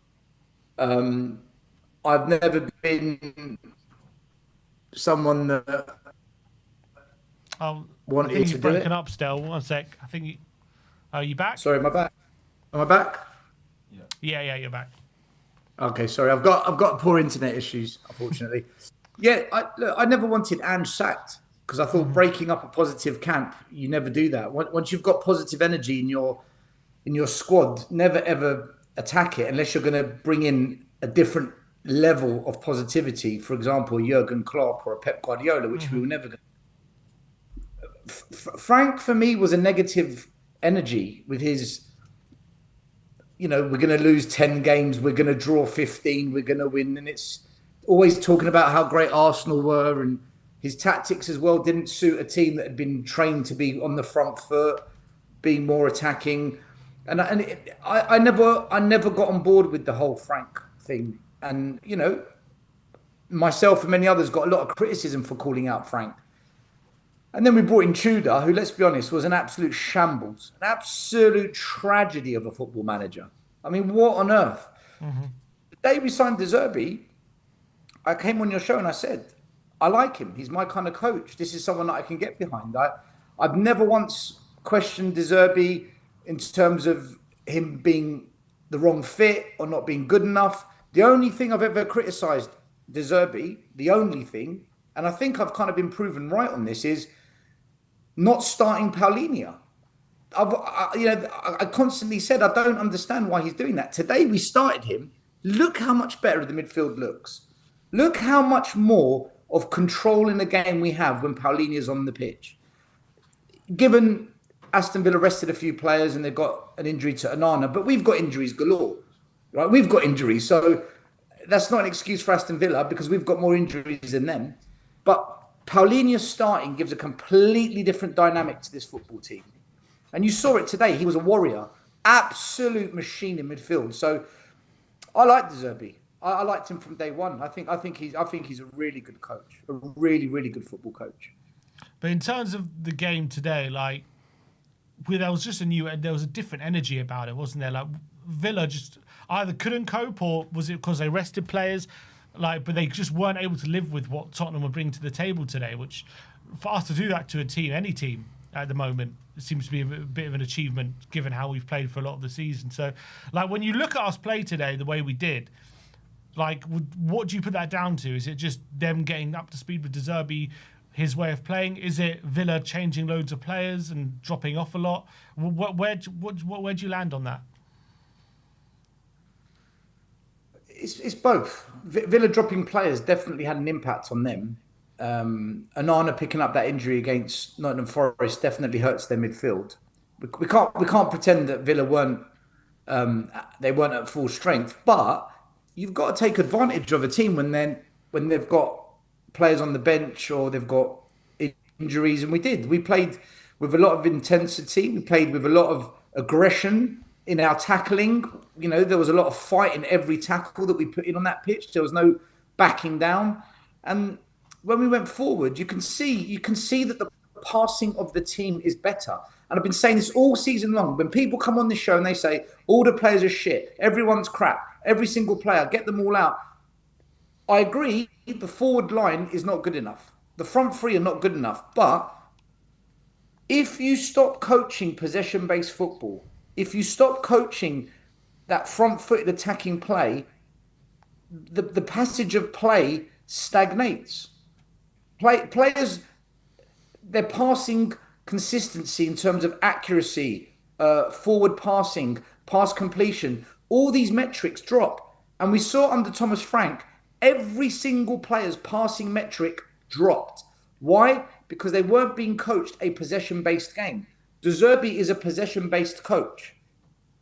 So you're seeing that the passing now has taken a little uplift. Why? Because that's what they're practicing. That's what's happening on the training ground. And I've been saying this all season long, and I maintain this. This squad is not good enough for top six, but it shouldn't be where it is in the league. There's no way we should be in this position. Even with the injuries, we should be doing better than where we are. I think with the injuries, we should be kind of mid-table.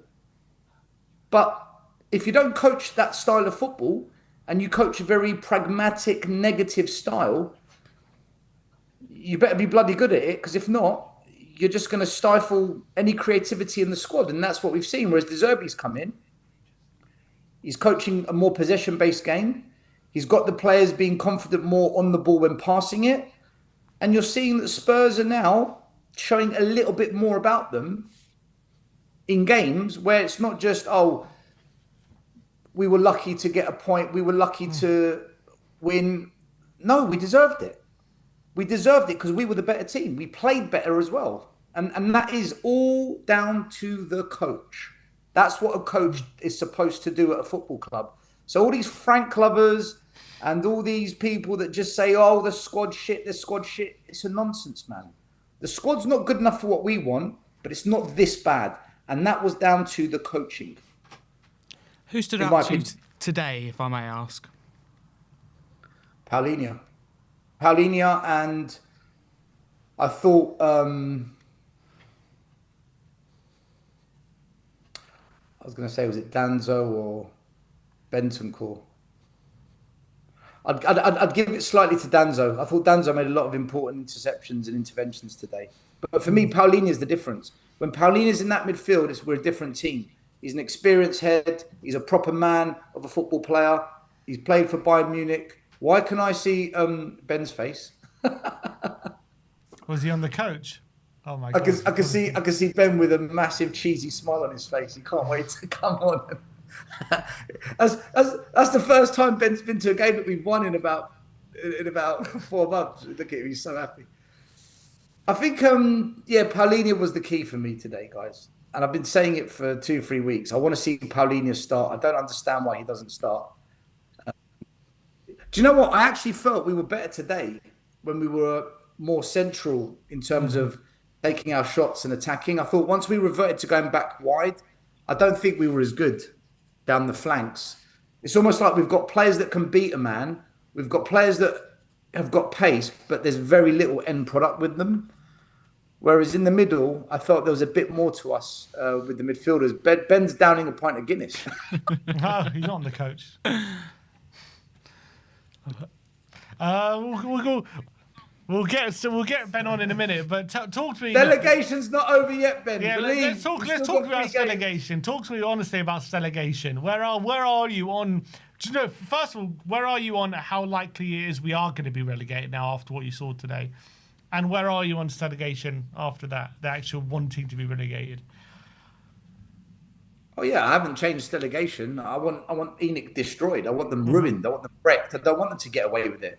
Fans will give them another chance if we stay up. They'll be all over Enoch, and they'll pretend that they haven't destroyed us over the last 6 years. All will be forgotten. That's the usual story that plays out with our fan base. They're incapable of holding this ownership to account. There'll be no protests.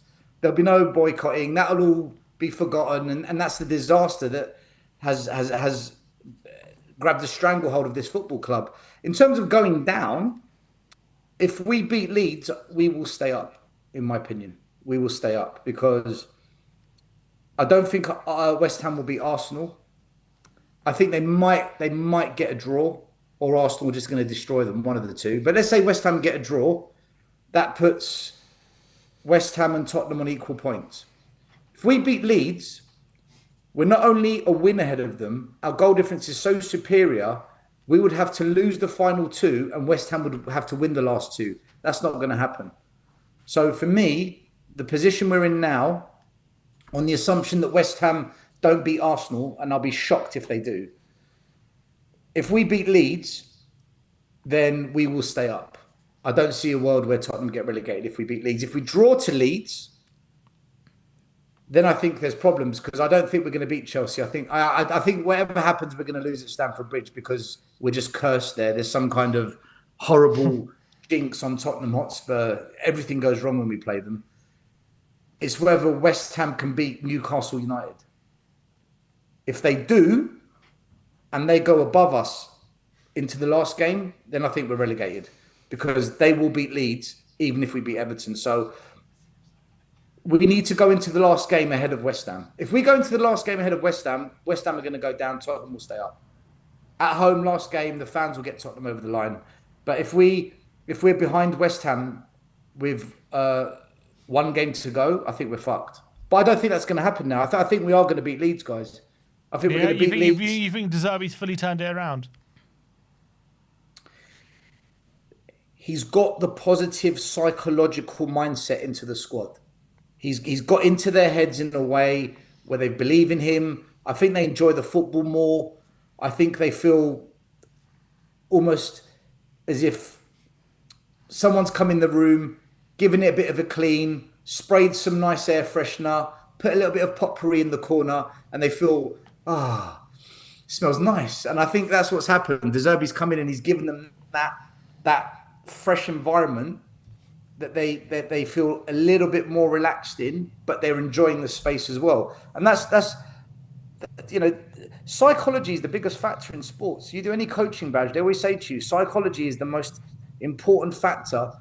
Not technical, not physical, not tactical, not social dynamic. Psychology is the number one factor. That's why an underdog can beat a favourite in a final, because if the underdog's got that mindset, you never know. And I think De Zerbi's come in with the right mindset, and that mindset's reflected in the energy of the players. Look at the way the players are trying. Look at the energy they're exerting. That's all linked back to the psychological mindset that De Zerbi's embedded in the squad. And remember when before De Zerbi, we were all saying that we want Harry Redknapp because Harry Redknapp, he'll put an arm around them, he'll make them feel special, he'll make them believe, and that's all psychology. De Zerbi's just basically come in and psychologically reset the dressing room. Plus, he's playing a little bit more expansive football, which every footballer likes to play in a team that takes a bit of risk and that tries to play football in a certain way. There's not one footballer in the world that wants to have 0% possession, defending all game, playing for set pieces. What footballer enjoys their sport doing that? So I think De Zerbi's got the right combination of trying to play football the right way, and psychologically, he's done a Harry Redknapp, but he's done it the De Zerbi way. And you're seeing it. You can see it in the body language of the players as well. So, is your opinion we're going to have to put delegation on ice for another year? I can't give in like this. I can't just. Come on, give in, Stel. It's not happening. It's not happening this season. Listen, but Put the regardless t-shirts of away. what I want, Take the Listen. banners down. It's not happening this season. regardless of what I want and what I think and why I think it doesn't matter. Because at the end of the day, if we stay up, it's because we deserve to. I don't control whether we go up or down, right? If we go down, it's not my fault. It's because the players bottled it and the manager choked and maybe some other factors out of our control, like refereeing decisions and more injuries.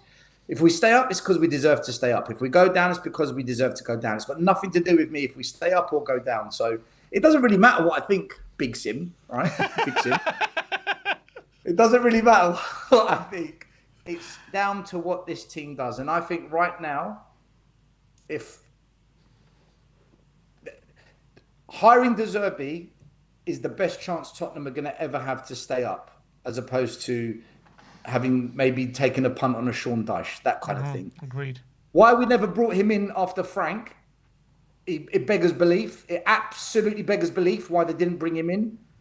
Maybe they shat the bed and they actually realised they're going to go down and they're going to have to break the bank and give Zerbi whatever he wants, 5-year contract, 60 million guaranteed. You know, if that's what it took, then that's what it took. But if we had a board that actually knew what they were doing and weren't such morons, they would have calculated that, you know what, we need to get rid of Frank in January, bring in the new manager then, give him a bit of a transfer window, and we could have avoided all of this mess.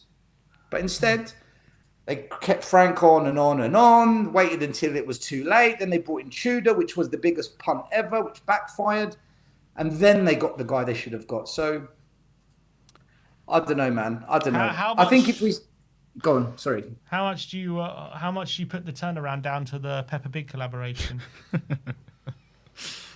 Listen, when you give players Peppa Pig at half time, it's like an energy bar. And I think there's something in the Peppa Pig food collection that has definitely given this team a different dynamic. So I think we should all write a letter to Vinay, to Charrington and the Lewis family and thank them for this amazing Peppa Pig collaboration. And I will be going online and buying some Peppa Pig merch tonight. God, you heard it here first. Jeez, giving money to the club. Who would have thought it? Still, there is another website actually, which I can't mention on yours. Something Gate, where you can also buy merchandise from. I thought it was going to be a stellagation.com. I thought you had your own website, but Stel, look, big up to you. Appreciate you calling in, mate. Stellagation, I think you might have to put the champagne on ice for another year. We'll have to wait and see. But big up to you. I think Stellagation got relegated. Stellagation got relegated. There we go. There's a title for the thumbnail. Appreciate you. Go enjoy the rest of the evening, mate.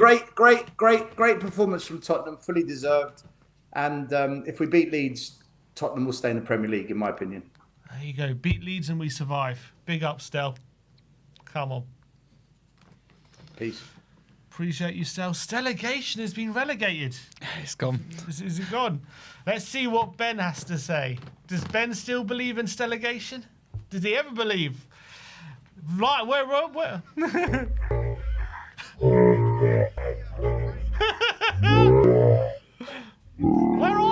are you? Wait, what's going on? Why'd you take it off? It was dodgy. Was it? Yeah. I can hear. Could anyone else? I could hear him. Yeah, I can hear him. What did the chat say? It seemed fine. Was he alright? Was it alright, chat? I thought it was fine. I could hear him. Right, yeah. Oh, Get it back on. We couldn't hear. Weird sound, someone says. It's alright now. I told you guys, I kept telling you week after week, Spurs are going to stay up. I told you. How many times did I tell you Spurs are going to stay up? We're going to find something from somewhere. And today it came, people. Today it came. First of all, big up to Harry in the studio today. Thank you so much for filling in today. Big up to you. Where are you calling from? Where are you? I'm at Drake's Drum, mate. Where are you? Ah, Drake's Drum, of course. The classic. They shouldn't have to give you away your location. But look, today, what a performance, right? We completely turned up there. We grabbed that opportunity after the result from yesterday with both hands. Look, I think today was the perfect performance. I don't think one player you can put your finger on and say had a bad performance. I think every single one turned up.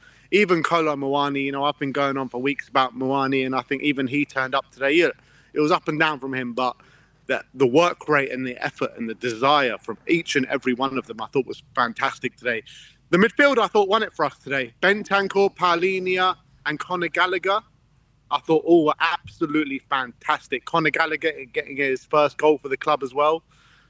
Mate, that midfield, I think they won us the game today.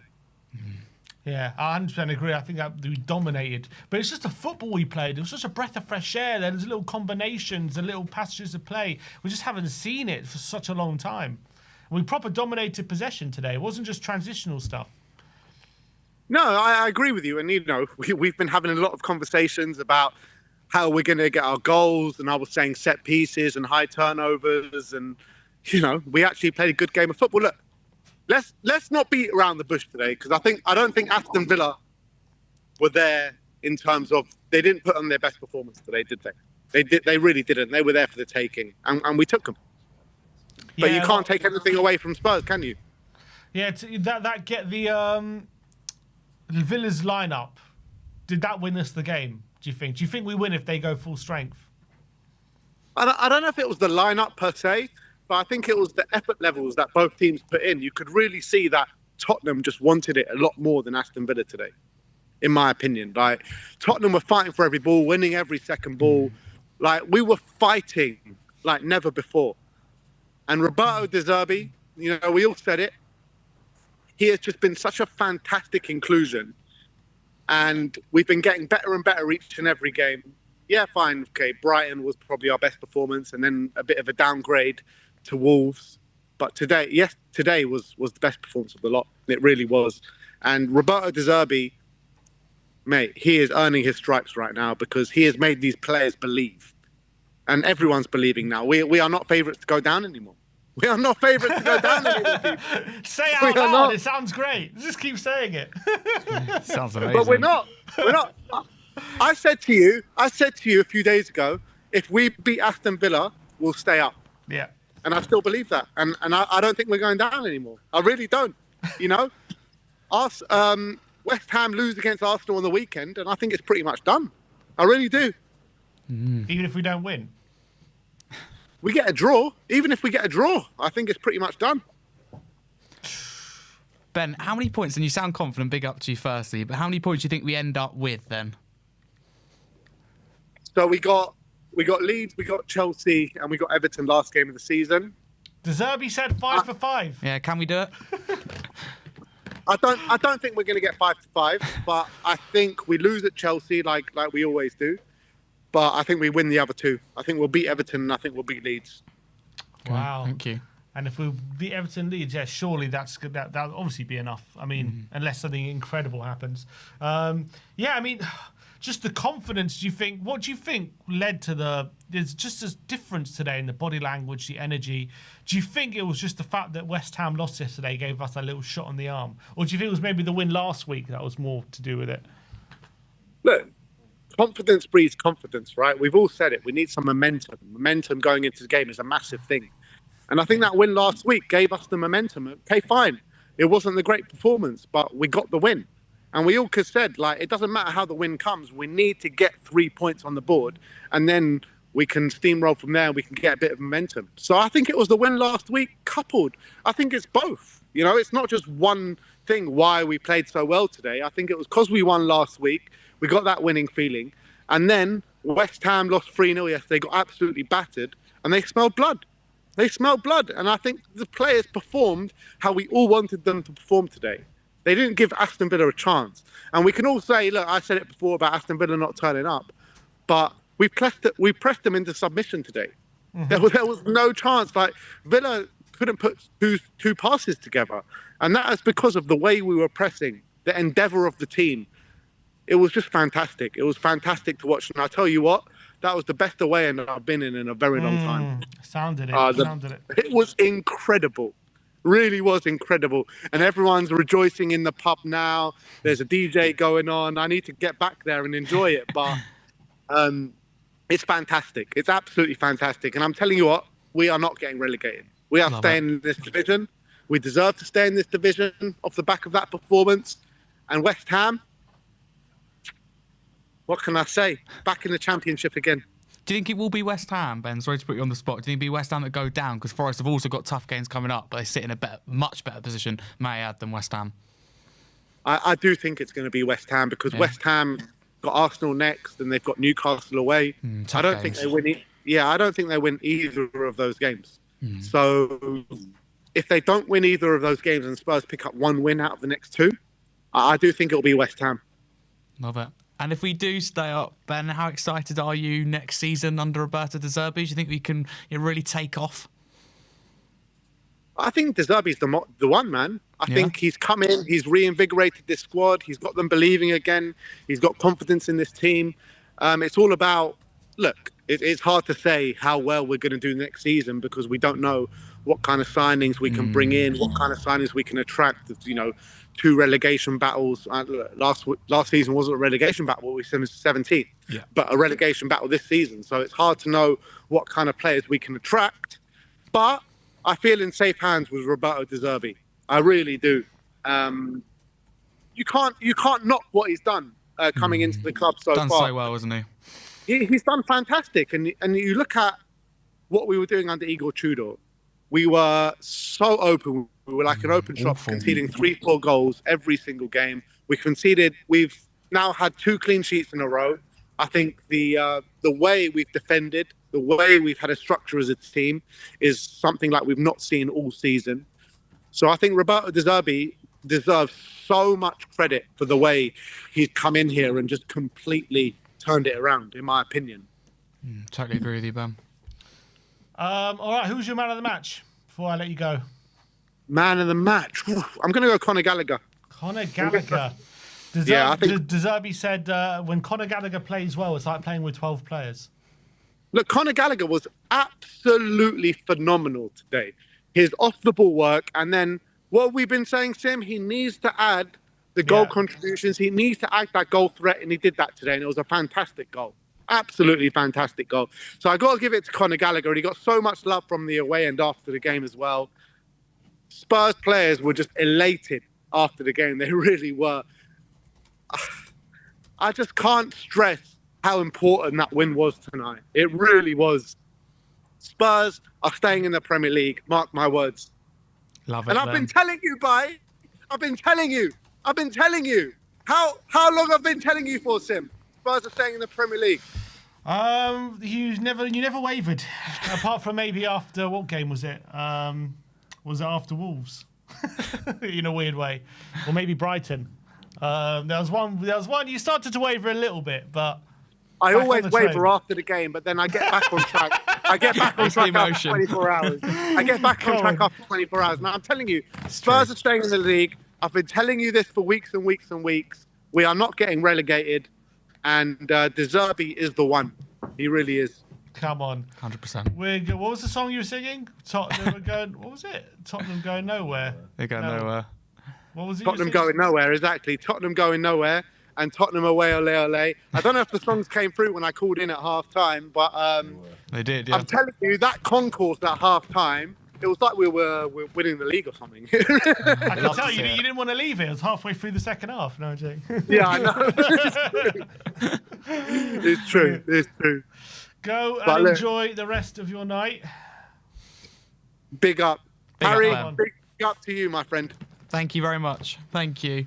And I'll see you tomorrow in the studio, bright and early. Yeah, I'll see you tomorrow.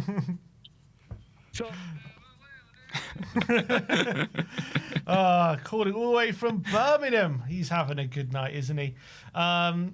Just some more quotes from De Zerbi. He said, "If I'm honest, I have one face. If I say Mwani, Gallagher, Paulinho, and all our players are great, big level, it's because I feel. I don't want to sell something if I don't believe in my words. I'm lucky because I'm working with very good players, good people, and very good players. And my job is just to transfer the confidence to believe in themselves and to try be stronger than the defeat, stronger than the position in the table, and stronger than the words all of you normally say about Tottenham, and to show passion and to show value, humility, and pride. It's just the right things, doesn't he, Zerbi? I listen to him and think breath of fresh air when you hear him.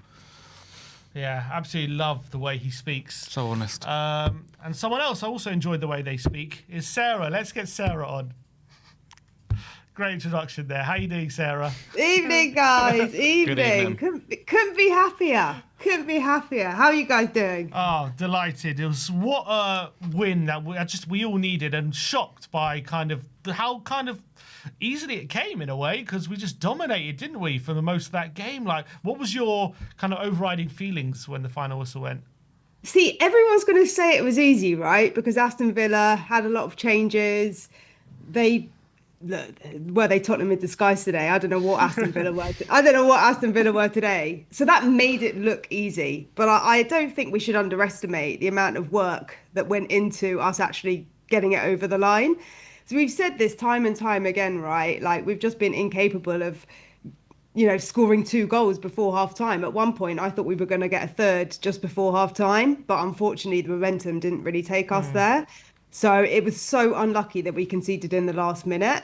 I think that was a real shame, because the extra goal, I think, with clean sheet, probably everyone's going to forget that we conceded the goal at the end because it happened so quickly and it was after the game really finished anyway. But in the main, I think it was an outstanding performance from the guys. Like, we have not seen a performance like that since the beginning of the season, and 2 on the bounce as well.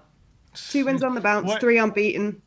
So you would argue that we made Villa look worse than they made us look good? Yeah.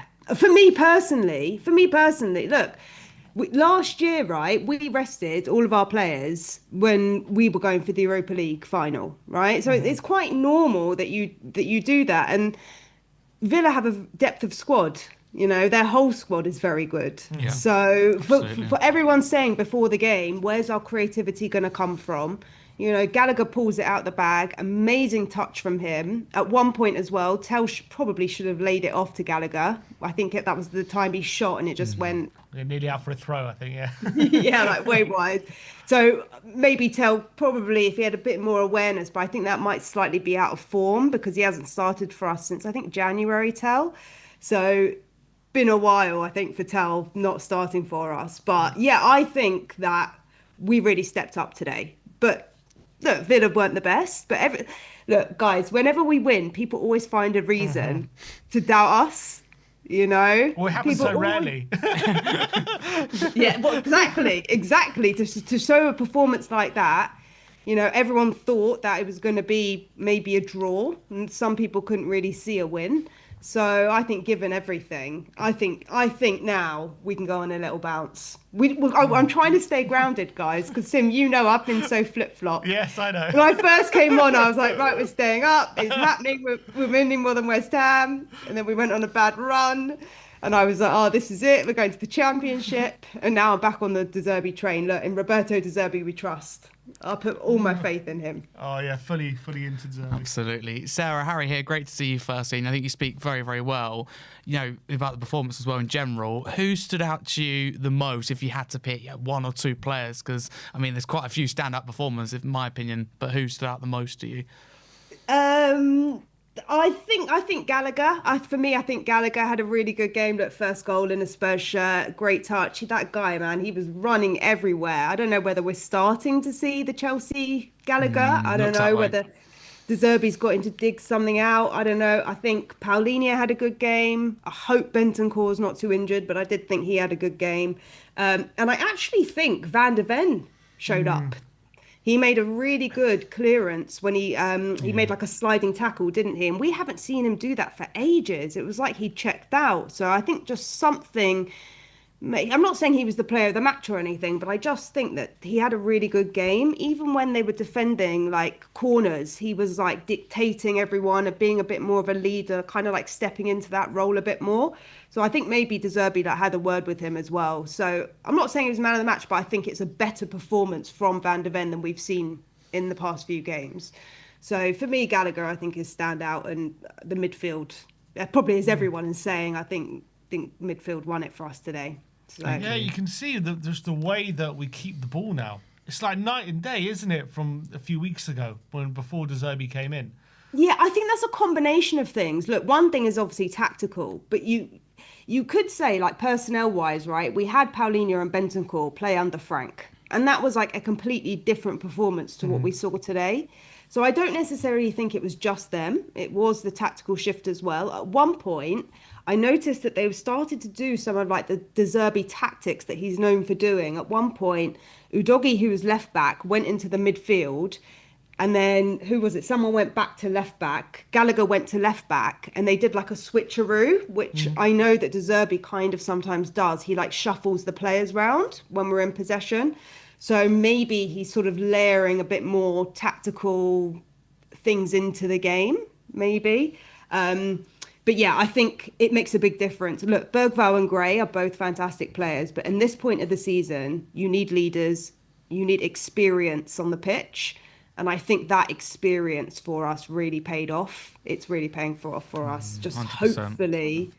Hopefully, Bentancur I don't know, he looked pretty angry, didn't he? De Zerbi said he was just tired. That's what he said. That's good. Well, whether we believe him or not, we've heard other injuries be played down before, and then they're out for the season or out for 6 months. Well, the thing is, look, guys, that's a reflection, isn't it? They were working hard. I mean, Moani at times, Moani had a good game for Moani. Moani had a good game for Moani. He was out of position. He's not a right winger. You could see as well with Moani, sometimes he wasn't crossing it in so much. He was running it forward and then passing it back to Porro to cross in. And I think that might have been a bit of a tactical thing as well. It's just a shame that, I don't know, like in the box, there wasn't really too much on at times. That might have been a bit of a shame. It didn't really come off for him. But you could see he was knackered as well. He'd done a lot of running, sometimes in the middle of nowhere. But he did have a better game than he has done. So, looking at the relegation fight then, for you, will we look back at this weekend as the weekend the pendulum finally swung our way, do you think? Guys, it's all to play for. It's in our favour. So if you're going to say, has it swung? Maybe because now can we hold the swing that's back in our favour? Because it was in our favour before we lost it. Now we've got it back. Can we hold on to it? I think we can say yes if we beat Leeds. If we draw Leeds, then we go back into that period, like doubt. And when we have that doubt, like I think a lot of people needed something or to see something to believe. Mm-hmm. Do you know what I mean? Like we were all like, well, we haven't got the belief. We can't really see where it's going to come from. Now we saw it. Maybe that momentum can take us through. I think the Leeds home game is going to be rocking. I think we should get it over the line. Bring your flag, Sim. Are you going? Take your flag. I'll be there. Oh, absolutely. I'll end the game without a voice, I'm sure. So you think if we win that game, few people have said if we beat Leeds, we're safe. Do you think mathematically, no. Mathematically, no, right? We've still got to see the season out. I think it works in our favour. Bournemouth are on form. They played Forest last game of the season. Who have West Ham got last game? So West Ham have got Arsenal and then Newcastle away, and then last game against Leeds. The last game's Leeds, yeah. So if we do 1-over on Leeds, that makes the West Ham Leeds game bigger if Brighton beat Leeds. And look, there's a lot of ifs and buts and whatevers, right? But this is the relegation battle.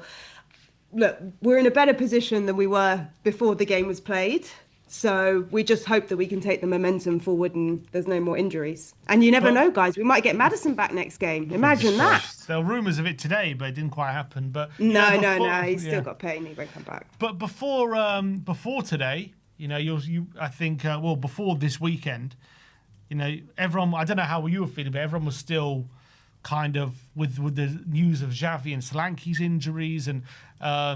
With West Ham matching our result last week, people were still pretty pessimistic about our chances. But now everyone's almost like one more win and we're there. Yeah. Like after one game. Like, do you think it's been that much of a swing after this weekend, like of belief?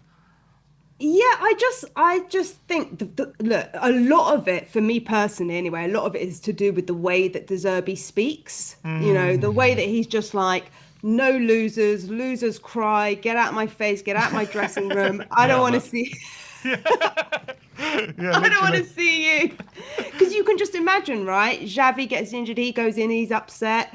Van der Ven wants to leave, everyone wants to leave, Vicario's in Which, hospital. by the way, you see, if you remember, if you watch the Amazon documentary, that's what Mourinho was used to do. Remember when he heard the news about Son and Kane, he used to be moping around all the time. They're injured. Yeah, so he's like so in coaching, right? If you hold people to their positive highest regard, then it's almost like theirs to lose, right? He was bigging up Tell, best young player in Europe, giving him that ounce of confidence. And I think even just psychologically for the fans, we're like, yeah, we don't really believe it. And then we watch a game like that and we're like, we see the potential. And that's the difference. We haven't, up until this point, we haven't seen the potential. We haven't seen Gallagher's potential, really, And I think when you can see the potential, you're like, oh, that's where we're heading. We might not get every moment right. We might not win every game, but we see the trajectory now that we're all on. And because we're all on board, that then creates the momentum.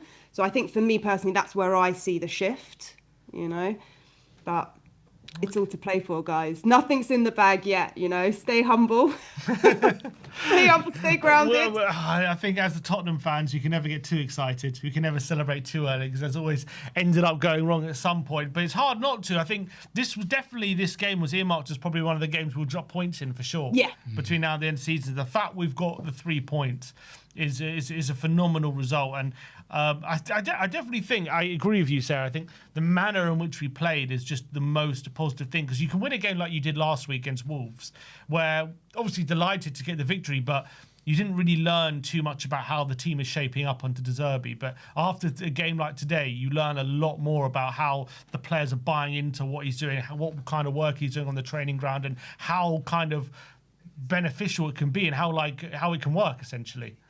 Yeah, and look, first goalkeeper out, Romero first defender out, Slanky out, striker out, 2 number 10s out. So that also is like a big thing that can't be, we can't just take that for granted that this is basically a second team. Yes, our midfield was stronger, but in the main, it's still not our first team. So we have potential for even more growth. And the other thing that I've heard a lot of people say as well is that we're not going to win at Stamford Bridge. Look, stats are there to be broken. I'm not saying we are going to beat them. Positive Sarah's back, everyone. No, I'm not saying we are, but don't forget, if they win the FA Cup and they get Europe, they might be on the beach because they might be so far off it in the league, it might not matter to them. So there's still so many things that can swing, Well, Zerbi said we can go 5 for 5. Well, this is the thing, Sim, right? De Zerbi is saying it with the evidence to back it up because he said because he's done it before with Brighton. He said we lost a series of games and then they won 5. And so when you hear someone's done it before, this is what I mean. You need evidence. Is it a bit of you feeling a bit of Ange? I always win things in my second season vibes here. I think De Zerbi has more tactical nous than Ange. No, I'm just talking about the rhetoric. I'm talking about he said it and then they fully bought into it. Maybe De Zerbi saying it is like maybe they buy into it. Maybe they've already had that experience. I agree with you, but I actually think they'll buy into De Zerbi more. I think he's younger. He's more not necessarily approachable because Ange always kept his distance, right? He was kind of like the friendly teacher, whereas De Zerbi's like the cool friendly teacher. He's like sort of like their mate. He's like young enough to relate to them because he was a player not so long ago, but old enough with experience to bring it in. And he speaks loads of languages. He's mature. I think he can maybe get into the heart and soul more than Ange could. I don't know. Look, it's all speculation, but it's just the sense. Do you think he has them believing they can win all 5 games? Yeah. You could see that today and against Wolves, and you could see it against Brighton. That was a stupid mistake. Sunderland, who would have thought that deflected goal would go in? So the goals we've conceded, considering we were Palace 3-0 down at half time. Yeah. It's a huge. Today, Villa didn't have a shot until they scored, did they? Yeah. Well, Kinski, best player on the park. Didn't have a touch. Sarah, can I ask you about Zerbi? Because you say we speak very highly about him, and I totally agree with everything you're saying there. I mean, as you'll know, this club goes through a lot of managers very quickly, chop and change. Not quite to the extent of Watford, for example, but we still do go through a lot of managers. Is Zerbi the guy to stick with and back? And if so, do you have the confidence that the board and also Lange, Vinay will actually do that? Look, but I think yes, I think he's. I don't know if he's the guy, but he's definitely than the guys we've had. he's better. He's better than Frank. His style of play is better. I don't really count Tudor as like a proper manager. No. He was like an interim. He wasn't really connected with the club in any way. I think he is the guy to take us forward. I think he's got a lot of levels to him, and with a pre-season, playing with the youngsters, seeing the whole squad, there'll be a lot of opportunity. I 100% for sure think that Enoch will get behind him because, well, they made the deal that even regardless if we go down, he's paid the same, right? So they're trusting in him either way. I reckon it works like he doesn't get a pay cut if we get relegated, but he would get a bonus if we stay up. So I think they've given him incentives. Yeah. So why would they sack him? Why would they sack him if that was the case? Whether they're going to back him or not, that's a different conversation.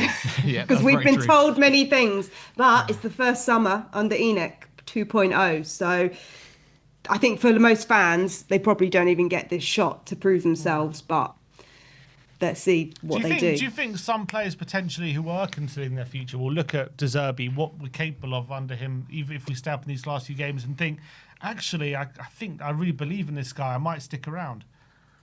Yeah, and I'll tell you why, Sim. You've got about 8 clubs this summer that are looking for new managers, right? You've got Palace, Bournemouth. We don't know what's going to happen with United. We don't know what's happening with Chelsea. Yeah, now to Chelsea. Their situation. Man City. If Arsenal bottle it, who knows what will go on there. There's a lot of change that's going to happen in terms of managers this summer. So I think we've done well at getting Zerbi at this point, because we might not have got him if it came the end of the season. So many clubs might be in for him. I think if I'm going to give Enoch any credit at all, which kills me, it would be that they got it over the line, to sign him and get him on board. We couldn't have got him before. He was at Marseille, so time-wise, maybe this was destined to be, but I do think he's the guy to bring us forward. It's going to be really competitive in the summer managerial market. It's going to be a managerial merry-go-round this summer. That's a great point, actually. Yeah. World Cup as well. So lots of players on display, shop window. All right, well, renewed belief back in this fan base. Well, what percentage do you put it at now of staying up? The Lulu is the Salulu. I'm back on board. I'm back on the train. We're patching up the boat, the sinking ship, right?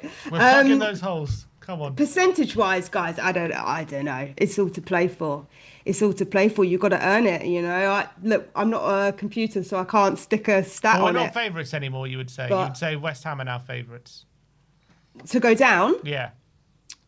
Yeah, because they've got the Arsenal game. I think, look, if they nick a point off Arsenal, then we go back to how we were. But as long as Arsenal do a job, there's going to be a lot of Spurs fans supporting Arsenal next week, more than ever, and probably for 2 hours only, 90 minutes only. Brilliant. But statistics-wise, I don't know. It's probably in our favour. You'd have to say, look, 1 point is only 1 point with a superior goal difference. But next week, I agree. A lot of people saying if we beat Leeds and West Ham lose, I think I don't see them overcoming that. Look, Sim, everything went in our favour this weekend, right? Because if West Ham would have won or drawn, it wouldn't have been the same. This felt bigger because they got defeated 3-0. So we extended our goal difference by 4 and we got the win. So it was like a double whammy. It's like a double win for us. And I think that gives us even more momentum because we're like, oh, West Ham are going to drop more points. We can pick more up. It's a mindset shift, isn't it? Yeah, which is what Zerbi's been bagging on about, hasn't he? Just get that win. We just need that win and everything will go from there. And maybe he's right. It seems as though the evidence suggesting he was absolutely spot on. But look, Sarah, appreciate you calling in. Thank you for giving up your time. Thanks a lot. Great show. Thanks for having me on. Thank you, Sarah. Good to see you. I'll speak to you soon. Oh, very positive. Sarah is back in delusion, and someone who never left delusion is coming on the show now. Let's get Amir on the show. Amir, my brother. Come on, lads. Come on. Come on. Come on. What a win. What a result. And what a performance. Best night of the season, do you think, Amir? Oh, yeah, best night since Bilbao, mate, to be honest with you. That was absolutely critical that we got a result. And more than the result, we got a performance out of all of those 11 men and everyone that came off the bench as well. I thought, to a man, everyone was absolutely brilliant. And that first half, honestly, reminded me of like that prime Ange ball. We were creating chances. We looked like we were going to score goals. If we had made the correct pass a couple of times, Sarah mentioned it with Tell to Gallagher, we would have had a third in that first half. It was really a thing of beauty. And for De Zerbi to have got that in the short space of time that he's had with this squad of players who have been down in the dumps for so long is so commendable, you know. And I just think we're onto a real winner here with Roberto. And I'm just so happy for everyone that is associated with our club. I thought the away fans were absolutely unreal. I mean, through my TV screen, all I was hearing were our songs, you know. I was up at Wolves with you last weekend, Sim, and, you know, it was nervy until we got that goal, you know. It was very nervy, and we were obviously as loud as we could be, but today was something really, really special. And we've got that ball rolling now, and hopefully that snowball can just, you know, roll down the mountain, go into a victory to Leeds. And, you know, I know we've got a terrible record at Stamford Bridge, but the way Chelsea are at the moment, why can't we go and beat them if we're playing that way? If we played the way we played in that first half. So I'm just, you know, over the moon with the performance today. And yeah, I think, you know, we are gonna stay up now. We're gonna stay up. I can see it. I can see it. I was going to say to you, actually, how do you think this weekend has changed the picture with West Ham losing and by 3 goals, and how will that affect them with confidence and us getting the win? You said there you're confident we'll stay up. And do you think this weekend has changed like significantly? Because, of course, you're always going to get that knee-jerk reaction. But do you think in this case it is appropriate? Is it that big of a swing this weekend? I think it's a huge swing, Harry. And first of all, big up for your first appearance on the channel, mate. You did fantastic. I think it changes everything, mate, to be honest with you. I think it drags Forest back into the equation. You know, they've got a semi-final second leg to be worried about. If they somehow get through that with their 1-0 advantage against Villa, they could be in a final and all their eyes could be on that prize, and they could start slipping back into the fight. So I really do think that this game here puts everything in our hands. You know, we're out of the drop zone now. And it's all about us. It's all about what we do.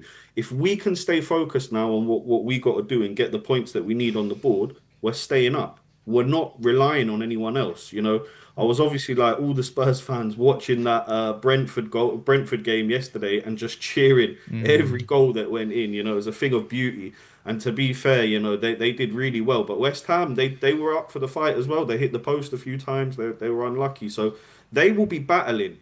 And, you know, I fully expect them. Everyone's saying Arsenal, Newcastle. I think they'll get points against both those teams. So we need to be at our best, and we need to make sure that we do the business against Leeds, Chelsea and Everton coming up. You don't think we can rely on West Ham being as bad as they were against Brentford? No.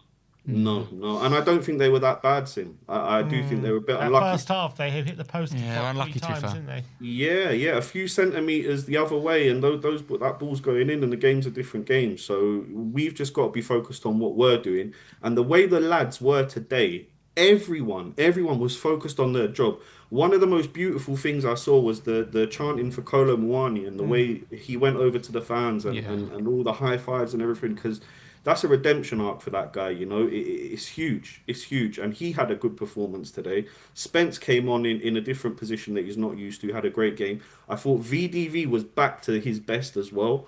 Absolutely immense today with the tackles. And like everyone else has said on here, you know, it was the midfield that won us that game. Bentancur was brilliant until he took that little knock. Paulinho, the guy's just got a start, hasn't he? He's just pure quality, and I'd sign him right now. Absolutely. Was he your man of the match? For me, it was between Paulinho and Gallagher, but I think because of how critical that goal was in the first, 10, 12 minutes, whatever it was, I think you've got to give it to Connor. He was running around like a madman. He was putting in challenges in non-stop. I thought he was an absolutely immense today and proved his worth. So big respect to Connor for the performance he put in today. I think he realised the severity of our situation and what we needed to do today. And boy, he's gonna enjoy that rest until Leeds. That's for sure. Zerbi said when Gallagher plays well, it's like playing with 12 players. He said. So do you know when you're seeing Connor play like he did today, do you think we're starting to see the real Conor Gallagher now? Oh, spot on. He's absolutely spot on. It was like a 12th man in there, and yeah, I think we're going to start to see more from Connor. He could have had a second, like I said, if Tell would drop that ball back to him instead of having a wayward shot. That for me, that would have gone in. So, we want to see more from Connor in that position. I think now that Xavi's out, that's going to be his position. He's going to solidify that role. And if we play in that same style in the last 3 games, I have huge hope. And building off that, obviously we take it game by game. But as soon as the season's over, we can start looking forward to next season with the players we're starting to get back, and we'll hopefully do some business in the summer as well.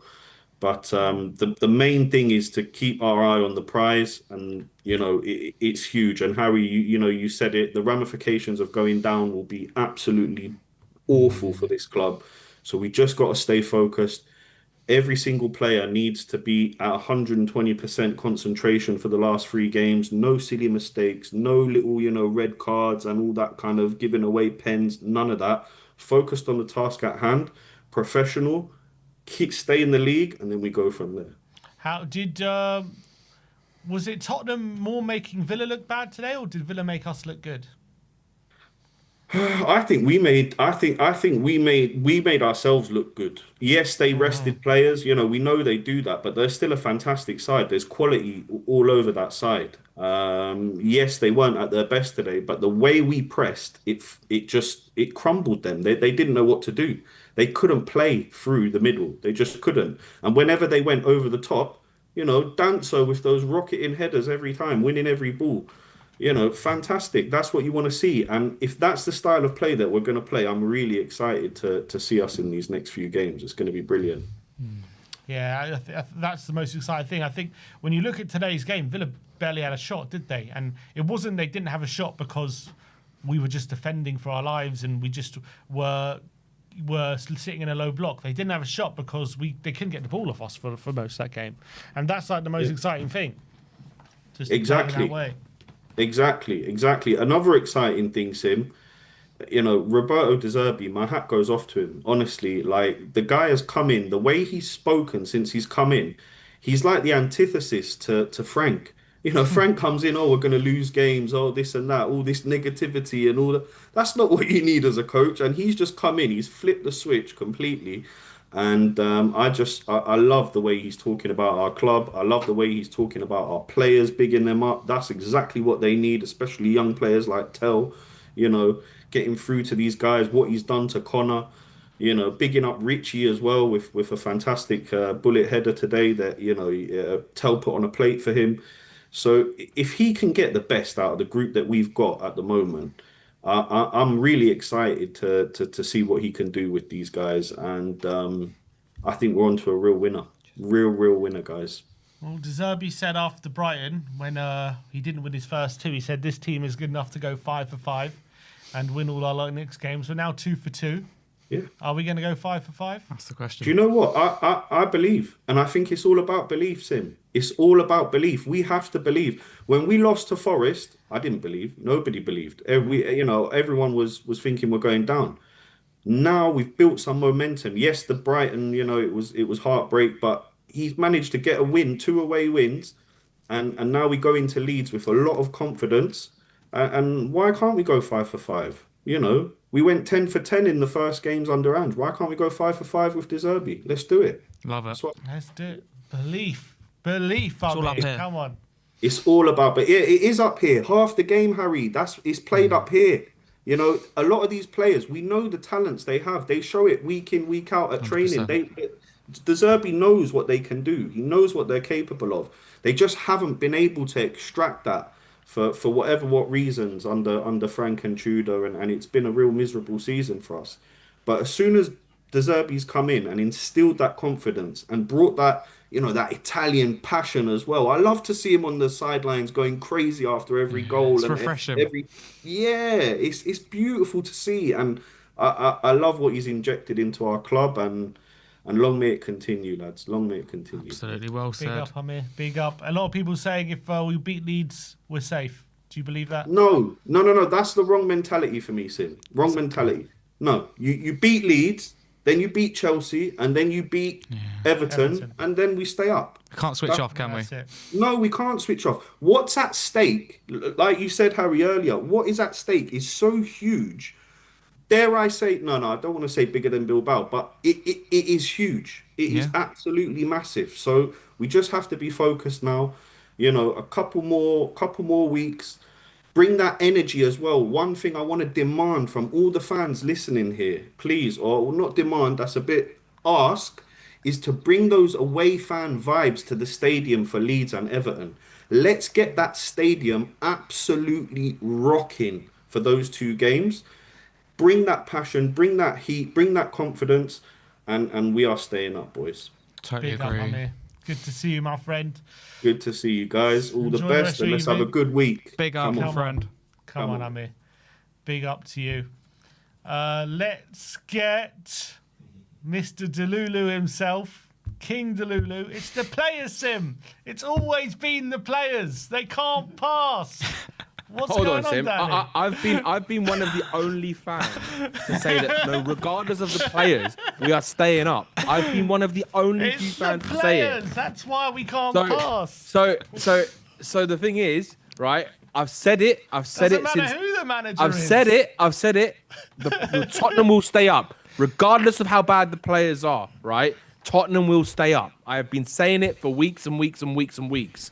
Right? And I knew we'd beat Villa today. I said we'd win 2-1. I knew West Ham would lose against Brentford, and I'm going to go as far as saying West Ham will not pick up a single point. Right? And we're not going to lose another game this season. Guarantee it. I'm going to put money on it. You think we're going to go unbeaten for the rest of the season? I think we're going to go unbeaten for the rest of the season. We're not losing another game. 100%. What makes you so confident? Because I've been this confident for weeks, Sim. As soon as I saw De Zerbi, right, and what he said, look, what Amir said, right, is exactly what a lot of fans have been refusing to see, right, is when you're in a situation like this, and it's not just football, it's in life, right?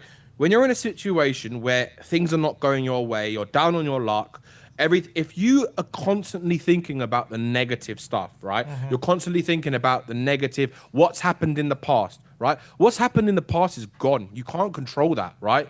It's the past for a reason. That's how you learn from the past, right? So what he's had to go in there and do is say, look, forget about what's happened this season. It's about how you play right now. It's not about what's happened in the last game. It's not about what's happened the whole season. It's about what you do between now and the end of the season, right? And what I've seen in the Brighton game, what I've seen today, what I've seen in a bit of the other games as well, is that the confidence is building. He's keeping the team the same, right? As much as he can anyway, because of the injuries and stuff, right? But there is a more togetherness, right? And it's the belief. That is literally it. If you don't believe in yourself, in anything in life, you cannot achieve anything. You can't. You just cannot, right? Just like you and your brother, Tim, when you started this channel, you believed in it, right? That's why it's grown to the size it has grown to, because you believed in it. If you didn't believe in it, you never would have done it. So use that in everything, right? And this is why I've been so confident that, especially when De Zerbi came in, because he's the exact type of manager I like for Tottenham, right? Just by the way he talks, his passion, his desire, he just, like Harry said it, and big up Harry as well on your stream today, mate. Thank you. He is exactly what you want for a Spurs manager. He says all the right things, especially given the circumstances of what's happened this season. And for me, I think today is the epitome of De Zerbi, right? In terms of everything, in terms of his philosophy, his style, his passion, his desire. I mean, I don't think today what was so amazing to see was that, and I don't want to hear, I can't stand it when people always say, oh, but the Villa team was weak or the Villa team was not strong. Let's have it off, right? The Villa team have got a really strong squad. They have got a far superior squad than we have, in my opinion, right? And the fact that we go there with literally, we have one winger in our squad fit. One winger, right? I mean, Mwani's not even a winger. We don't even know what he really is, right? And you've got Richarlison as the only recognised striker in the squad, right? It's like it's crazy. And the fact that we went to Villa and we won, I think, nearly every single duel today. I think the majority of our duels we won, right? And like Amir said as well, and other people, the pressing for me was what was the most impressive. The pressing the whole game was immense. I think so many players today deserve credit because you had to give it everything for the whole length of the game in order to put in a performance like that. And on top of that, I think we were unlucky to concede that goal. I mean, the game should have been finished, to be honest with you. Yeah, I don't know why they had an extra minute. I didn't understand that. That is beyond me. Like, I have no idea where that extra minute came from. So we were, I think, like the Zerbi kind of mentioned, it was a bit unfortunate we conceded that goal, but still, 2-1 is still 2-1. It's 3 points. That's all that matters at the end of the day, right? And yeah, look, I think, like Amir said, I think the Spurs fans need to start believing more, because if you don't believe, then how are we going to stay up? Like, the players need to feel belief. Like, they got to believe that they can do it. And I think that's the biggest thing that De Zerbi has brought into this squad right now is belief. And it does give me kind of the Pochettino vibes, right? Like when you see how he talks and how he doesn't want excuses. He wants the players to believe, even if in the back of his mind or privately he thinks they're not good enough, right? He has to make them believe, because that is the only thing he can do right now. And I don't think it doesn't really matter what's going to happen in the summer, because right now we've got to stay in the division, right? We all know, we can all discuss and debate what could happen if he stays up and the players that we can bring in and who needs to go out. We all know if ENIC are going to change their ways and all this kind of stuff, right? But right now, it's about believing that this team can do it. And for me, I haven't. As soon as De Zerbi came in, even when Frank was there, Sim, I was still saying that we would stay up. I was even on your show saying that we will stay up. Right? If we kept Tudor, would we have stayed up? No, I said, and I came on your show and I even said it'll be a mistake if Tottenham get rid of Tudor, right? And what the mistake is, if they got rid of Frank and brought in Tudor, right? What they should have done was bring in De Zerbi at that time, not Tudor, because Tudor had he should never have come to this club. That's spot right? on, He shouldn't have been here, right? If there, I was never fixated on Frank, because I just felt he was very unlucky because of the injuries. I felt that he would have done enough to stay in the division, Frank. He might have not done it pretty, but agree. Look at the amount of corners we were scoring. We've scored 2 corners since Frank have left the club, right? 2 corners. Before that, we scored 13 corners when Frank was here, right? And we're still the second in the division for corners scored, behind Arsenal, right? Who could win the league. And those corners could be contributed towards them winning the league. So you have to look at it from the fact that we're lucky we've got Bentancur back, because I think he's been instrumental. And the fact that we're playing Gallagher in his actual more suited position with more professional quality players around him in the midfield. So like, and not talking about Sarr or Archie Gray or Bergvall. I'm talking about the Bentancurs and the Gallaghers and the Basumas and the Paulinias. These are the players that will allow these players to play at their best ability, right? And this is why I believe as long as we've got Bentancur, the core of that midfield have to stay fit, right? I think it'll be very difficult for us to win games. I'm not saying we will lose games, but I think to win games, I think it'll be very difficult if we can't win that midfield battle. The midfield battle is so crucial for us winning games and maximizing the amount of points we can get at the end of the season.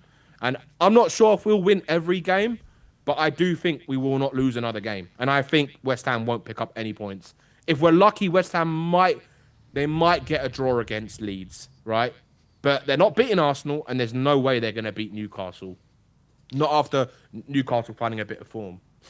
Danny, big up. I think you speak so well here, if I may say. I agree with you on so many things. I'm glad you brought up Frank as well. I feel the same. I just agree. I personally think that a lot of people focus on him and why he's not perfect. I think that the owners, for me, I think that they didn't get any criticism. It all seemed to be Thomas Frank who got the criticism. Again, not perfect, but I'm just like, hang on a minute. We're closing our eyes to what's going on around us. But can I ask you about the goalkeeping situation? Because, say hypothetical Vicario comes back, boom, in a few days. Do you keep Kinski in goal? And also, what have you made of Kinski's response after what happened against Atletico? Do you know what? It's a great question. I think for me, Kinski has to be our number one for the rest of the season. I think just even today, some of the distribution and some of the way that he was so confident on the ball, he did one or two like kind of lob kind of passes to kind of evade the defense, evade the attackers, and you can see in defenders, right? When they're playing with Kinski, they feel more confident because they know that he's not gonna faff around. He's not nervous. And when a keeper is nervous, the defense feels it, and then the rest of the team feels it. So then when the pressure builds, right, they're more susceptible to mistakes, right? So for me, I think it would be so stupid if the Zerbi switches Vicario. If Vicario is fit and available for the rest of the season, whenever that is. I think it would be mad to switch him. And I just pray the Zerbi doesn't pick Vicario, because I think Kinski at this moment in time, the way he's playing is really well. His distribution is better. And it also shows his mentality after what happened at Atletico Madrid, right? To come back and perform the way he's performed. He made a match-winning save against Wolves, right? That was going in. It was literally going in. Yeah. And he helped the team on that save, and today he hardly had anything to do. But it's just the calmness that he gives you. Like I don't when I watch him play in the last since the Zerbi's picked him, I don't feel I feel confident with him. Like I don't feel nervous when he's on the ball. Absolutely. I don't feel nervous that he's the keeper, because I feel that he's not going to do stupid stuff, right? And for me, it has to be him. And look, Vicario, we know that he's an amazing shot stopper, but his overall game, especially this season, he's been poor. He's been so terrible. So for me, if the rumors are true that he's going to go to Inter Milan, if that is true, then I 100% don't want to see him in a Spurs shirt again. Yeah. I'd rather see Kinski, because I think that he's got something about him, and he's young, and he's playing well. So it'd be stupid to drop Kinski right now, and I think that the key as well, if you want a team that's going to be performing consistently and trying to maximize the performance of the players that we have, you've got to keep playing the players that are actually giving you the results and giving you the performances. So like the Spurs fans always talk about, I always hear them talk about how, let's try this player, right? I'll be honest, I was surprised that Basuma didn't start today, but again, it was a great decision. It clearly showed that Paulina was the right decision to play him today from the start. And I think he's got to make sure he doesn't tinker with that team too much. And I think he knows that. I think he knows not to change it around, because it's like when something's going good, why change it? Absolutely. And that's how I feel about it, Harry. Couldn't agree more. Thank you. So, what's your view now with the relegation? So obviously you said you're confident we'll stay up. Yeah, definitely. Obviously we're outside the relegation zone now. How do you see? So you said you see Tottenham going unbeaten and West Ham losing every game. So you think you'll be done before the end of the season? Do you think? I think it could be done before the end of the season. Yeah, I think we'll beat Leeds, right? I think we'll draw to Chelsea, and I think Everton's a hit and miss. I'm not 100%. In my mind, I'm saying draw. My heart is saying win, but my head is saying draw. And I just can't see how West Ham pick up another point. If they're gonna pick up any points, it'll be at Leeds. But I just can't see it. I just can't. So I've been confident, Sim. even when, like I said, even when Frank was here, I never believed we were going down. Good on you. So many Spurs fans were saying, I'm the deluded one. And everyone else is pessimistic, right? But I always believe, just because I can't envision Tottenham, right, being in the Championship. And not only that, right, the one thing about Tottenham is that we always break records, and a lot of the times the records we break are always the shit ones, right? That's so true. They're always the shit ones. But we are gonna break a record, right? And this one's gonna be a good one. Yes. And it's the record that Zerbi, no manager has ever come into a team in the Premier League, right, with 7 games to go and kept that team up in a relegation fight. No manager's ever done it. Never. Right? We're going to be the first team to have that record. Because Tottenham always do it the hard way. Always. Never easy. Right? Never easy, boys. Never. So Never will have be. that faith, Sim. I want you to believe. Believe it, mate. I believe. We're staying up. We ain't going nowhere. Because these players can pass. These players aren't good enough. No, but do you know what, Sim? I'll be honest with you, right? I'm going to be honest with you. When we stay up, right, I guarantee you, if the Zerbi is going to stay as the manager, which I hope and I think he will, right, I think there could be a lot of changes with the team. Yeah. Unless the Zerbi feels like... I was speaking on Sean's show, and he was saying that, some of us were saying that there is a possibility that De Zerbi might want to keep Mawani, because he does say how much of a top player he is. And I just want to have a touch on Mawani. I think that was probably his best half I've seen him play, right, for Spurs, in terms of his overall game, his consistency, his effort, his desire, his ability to beat a man. He had a really good first half, right? But I think one thing I've never doubted with Mawani is his technical ability and the actual ability he does have. It's just with Mawani, you can see there was something there, whether or not that was because he didn't want to come to the club in the first place, whether or not that he's had multiple managers in a season where you're on loan, and you've had managers who have changed formations, played you in different positions, never been set style. And I think Mawani thrives in a team that have more that want to keep the ball and want to play aggressive attacking football, right? I think he suits that. And I think that if De Zerbi stays, I wouldn't be surprised if Mawani does sign a more permanent deal.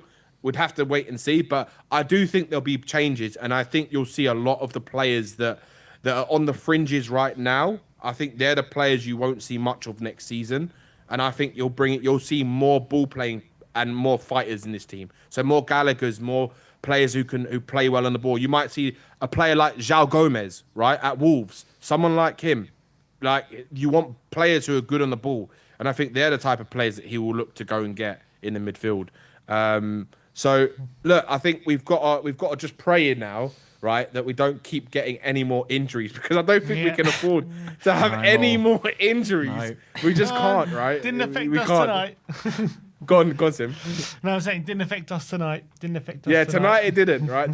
Let's just hope Bentancur is fit, Richie is fit, because right now we need everyone that we can possibly have for the last 3 games, and we need to just stay up, and then we can go again next season and focus on the plans and who we're going to bring in and who we're going to sell and all this kind of stuff. So nice one. Yeah, boys. Danny, come on, Spurs. We're going to stay up. Have the belief. Really well. Have the belief. We'll Thank believe. You, boys. We're believing. Nice Take to see you, Danny. And well done, Harry, as well. Thank well you. Done, Big up. Harry, You speak so well. Good to see you, Danny, man. Mr. Cheers, Delulu. Take care. Good to see you, Danny. I agree with him on a lot of things. Fueling the belief. Is that his name? Oh, that's what it says on the... Unless he wants to tell us his name. Let's get the... You might as well leave it off. Like, what's the point typing that? Well, I'll put it in now, so... Let's get the next guest on. Hello, my friend. Sure. You good? How are you doing? What's your name, sorry? Micah. Micah. Big up. Nice to meet you, Micah. Not Samsung A20, whatever it was. Micah, nice to meet you. Where are you from, Micah? I'm from Wales. Wales, lovely. Yeah. What did you think of the game tonight? Yeah, I thought we played well. I think I think there was a lot of standout players. Like you had Palinha, you had Porro, you had Danzo. Obviously, I think Danzo was very good. Obviously, he's got a good header on him as well to get the ball out of the box. And I think, I think my standout player was probably I would probably say Palinha. Yeah, Palinha was probably my standout player. I think João Palhinha, definitely. yeah. Well, why do you think he was so good today compared to maybe he's been out the team recently? Yeah. Well, I think he's just got a lot of passion. He's a very passionate player. I think obviously he's very aggressive, very aggressive. He loves to get that ball. Loves to, obviously he scored against Wolves last match as well. Obviously, very yeah, just very technical player. Just very good with the ball. You know what I mean? Yeah, exactly. I think he was much better with the ball today, though, than he's usually, isn't he? And do you think that's Yeah, Zerbi's effect? yeah, definitely. I think Zerbi's definitely obviously very similar character to Palinha. Both very, very aggressive people, definitely. Micah, can I ask as well, big up to you as well, can I ask, with Paulinho, would you sign him permanently in the summer if it was down to you? Well, yeah, definitely, because I think obviously he's not always consistent. Obviously a lot of our players aren't always consistent, but I think I probably would. I think how much is he? 25 million. We Yeah. can get him. Yeah. So I think probably yeah. I definitely sign him. I think he's very. I think obviously not always good, but yeah, I definitely would sign him Thank you. as a permanent. In terms of the performance today, was that, do you think, the best of the season? Yeah, I think that game, and I would say, I think someone said it earlier. I think the Man City away game at the start of the season. I think that was under Frank. I think that was very good because obviously Palhinha was fantastic in that game as well. Obviously, very good game. So I'd say that game, but this game definitely in a while this has been the best game in my opinion. And after today's win, outside the relegation zone now, how confident Yeah. of you that we're going to beat this relegation fight, win this relegation Yeah, fight? yeah. I think we will. I think it's obviously going to be tough. I think West Ham have been good recently. Obviously lost to Brentford, obviously, and so I would probably say we can win against Leeds. I think maybe the obviously who do we have after Leeds now? We have Leeds and Chelsea. Chelsea, then Everton. Chelsea, and then I think Chelsea's going to be a difficult one. Obviously, their form has been terrible. Obviously, Liam Rosenior leaving, but I would say maybe a draw. I don't think we'll lose against Chelsea, and then I think we'll beat Everton at the end. I think So we'll you beat say Everton as well. 7 more points, you're saying? Yeah, definitely. And how definitely. many points do you reckon West Ham are getting? West Ham. Like Arsenal, Newcastle, and Leeds. Okay, I would say Leeds United. I think they'll get a draw in that game. I think Agree. Arsenal they'll lose against, and I think Newcastle. I'm going to say draw. For that game. All right, so you're confident. Big up Yeah, to you, yeah. Micah. Big Yeah, up to thank you. you. Appreciate you calling in. Nice to see Thank you. you. Thank you. And we'll speak to you But I soon. love both of you guys' channels as well. Doing a very good job. Thank you. Thank you. Thanks a very lot, good job. Micah. Big up. It's nice to Yeah. hear Have a from good you, mate. evening. Appreciate you calling in. Thank you. Cheers, mate. That was Micah, and we got one more caller tonight because we already have time, unfortunately. Sorry if people want to call in, and we are running out of time, but we've always got time for KPV, the man, the myth, the legend, Kyle. Hello. How are we doing? I'm good, but just I'm not going to say anything else because obviously I think I just want to thank Danny for the support. As he already knows, my sister has cancer, I'm afraid. So thank you, I'm Danny. so sorry, Kyle. Sorry Thank to hear you, that. everyone. That's so awful to hear. I'm wishing Yeah. her All the Thank best. you, brother. I Wishing love her it. recovery. Thank you all. Thank you, everyone, and I appreciate it. But I hope you're doing yeah, all right, Carl. thank you, man. I appreciate it. And yeah, great win. And I saw that was Joshua in the studio yesterday. Yeah. It was Josh. He made a cameo appearance at the end of the stream. Big up Joshua, mate. And yeah, glad Spurs got a win, mate. So Yeah. big up. Who was your Joshua. man of the match, Kyle? Man of match. I'm gonna go for the next Chelsea, West Brom, Atletico Madrid, Palace flop. Conor Gallagher. Gotta go Conor Gallagher, man. Like, even though some of us don't like him, like, why did we sign him? But I actually thought he was brilliant. And yeah, like Paulinho was brilliant. He scored home and away against Wolves. And like we deserved the win. And yeah, that was brilliant tonight. And back-to-back wins now.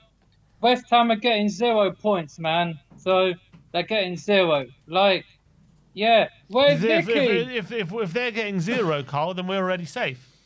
Yeah, we're gonna beat Leeds, and like the way them lot, the Blues, Chelsea are playing, I think we can beat them. Like they've got Forest tomorrow.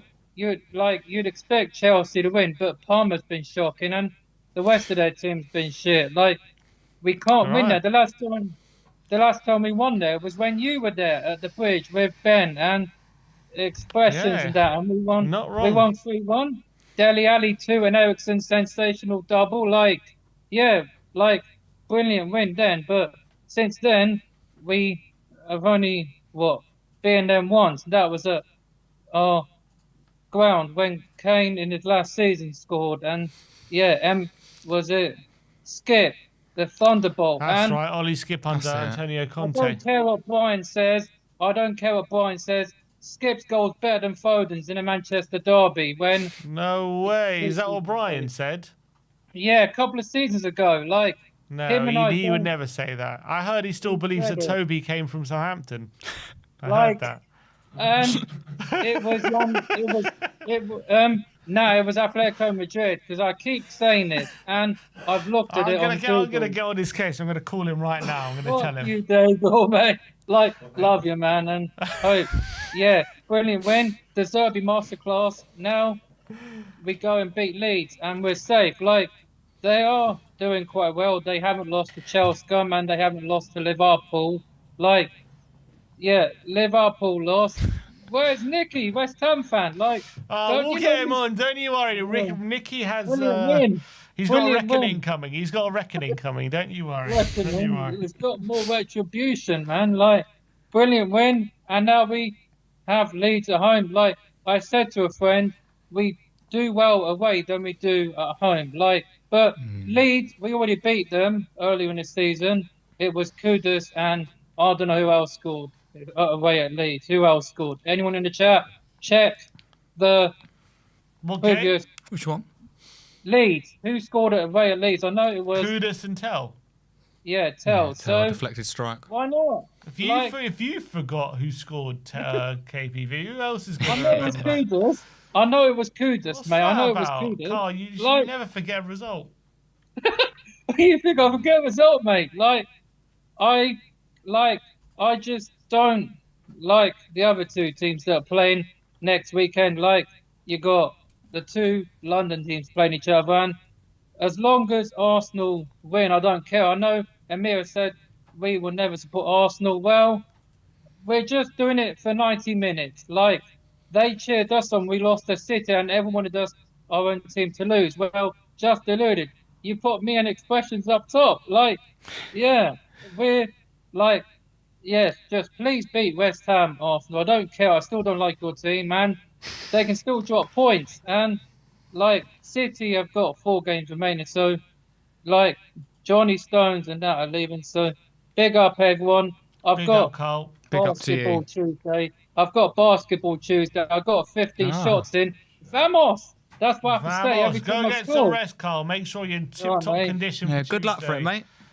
All right, mate. And send your best to your sister. I'm out. Yeah, best wishes. Best wishes for everyone in the chat as well. Best wishes from the channel as a whole. So big up to you, Carl. See ya, mate. Good to See see ya. you. Take care. All right, that was Kyle Patrick Vineyard, and that was the last caller. Oh, what a show, what a night, what a day, what a debut. Thank you. For Harry, absolutely Thanks amazing for having me. you on. Everyone's been loving your commentary and having you on the show. We'll have to get you on again. I'd love being here. Everyone, go and subscribe to Harry's YouTube channel. What's it called? Scarfy Spurs Talk. Scarfy Spurs. So go, is the link is in the description, is in the title of the video as well. So go and check him out if you haven't already. Do you want to let people know what's going on that channel, what's coming up? Yeah, of course. Firstly, thank you very much for having me. Really enjoyed this. Honestly, loved it. Thank you. Big up to the chat. I'm just more, happy that just Spurs have got that result. I mean, that's what means the most to me. But in terms of social media, I'm at HarryScarf22, football content creator. Create football content, mainly Tottenham content. I've also got many podcasts, write football articles, all things like that. But in terms of my own YouTube channel, is Scarfy Spurs Talk, so 2 podcast episodes a week with big guests. Also got daily Spurs news, opposition previews, so always a lot going on. But thank you very much, and I've absolutely loved it, and even better with an amazing 5-star performance and an amazing win, much needed. Big up to you, Harry. Big up. Everyone go show Harry some love for what was an emphatic debut from him.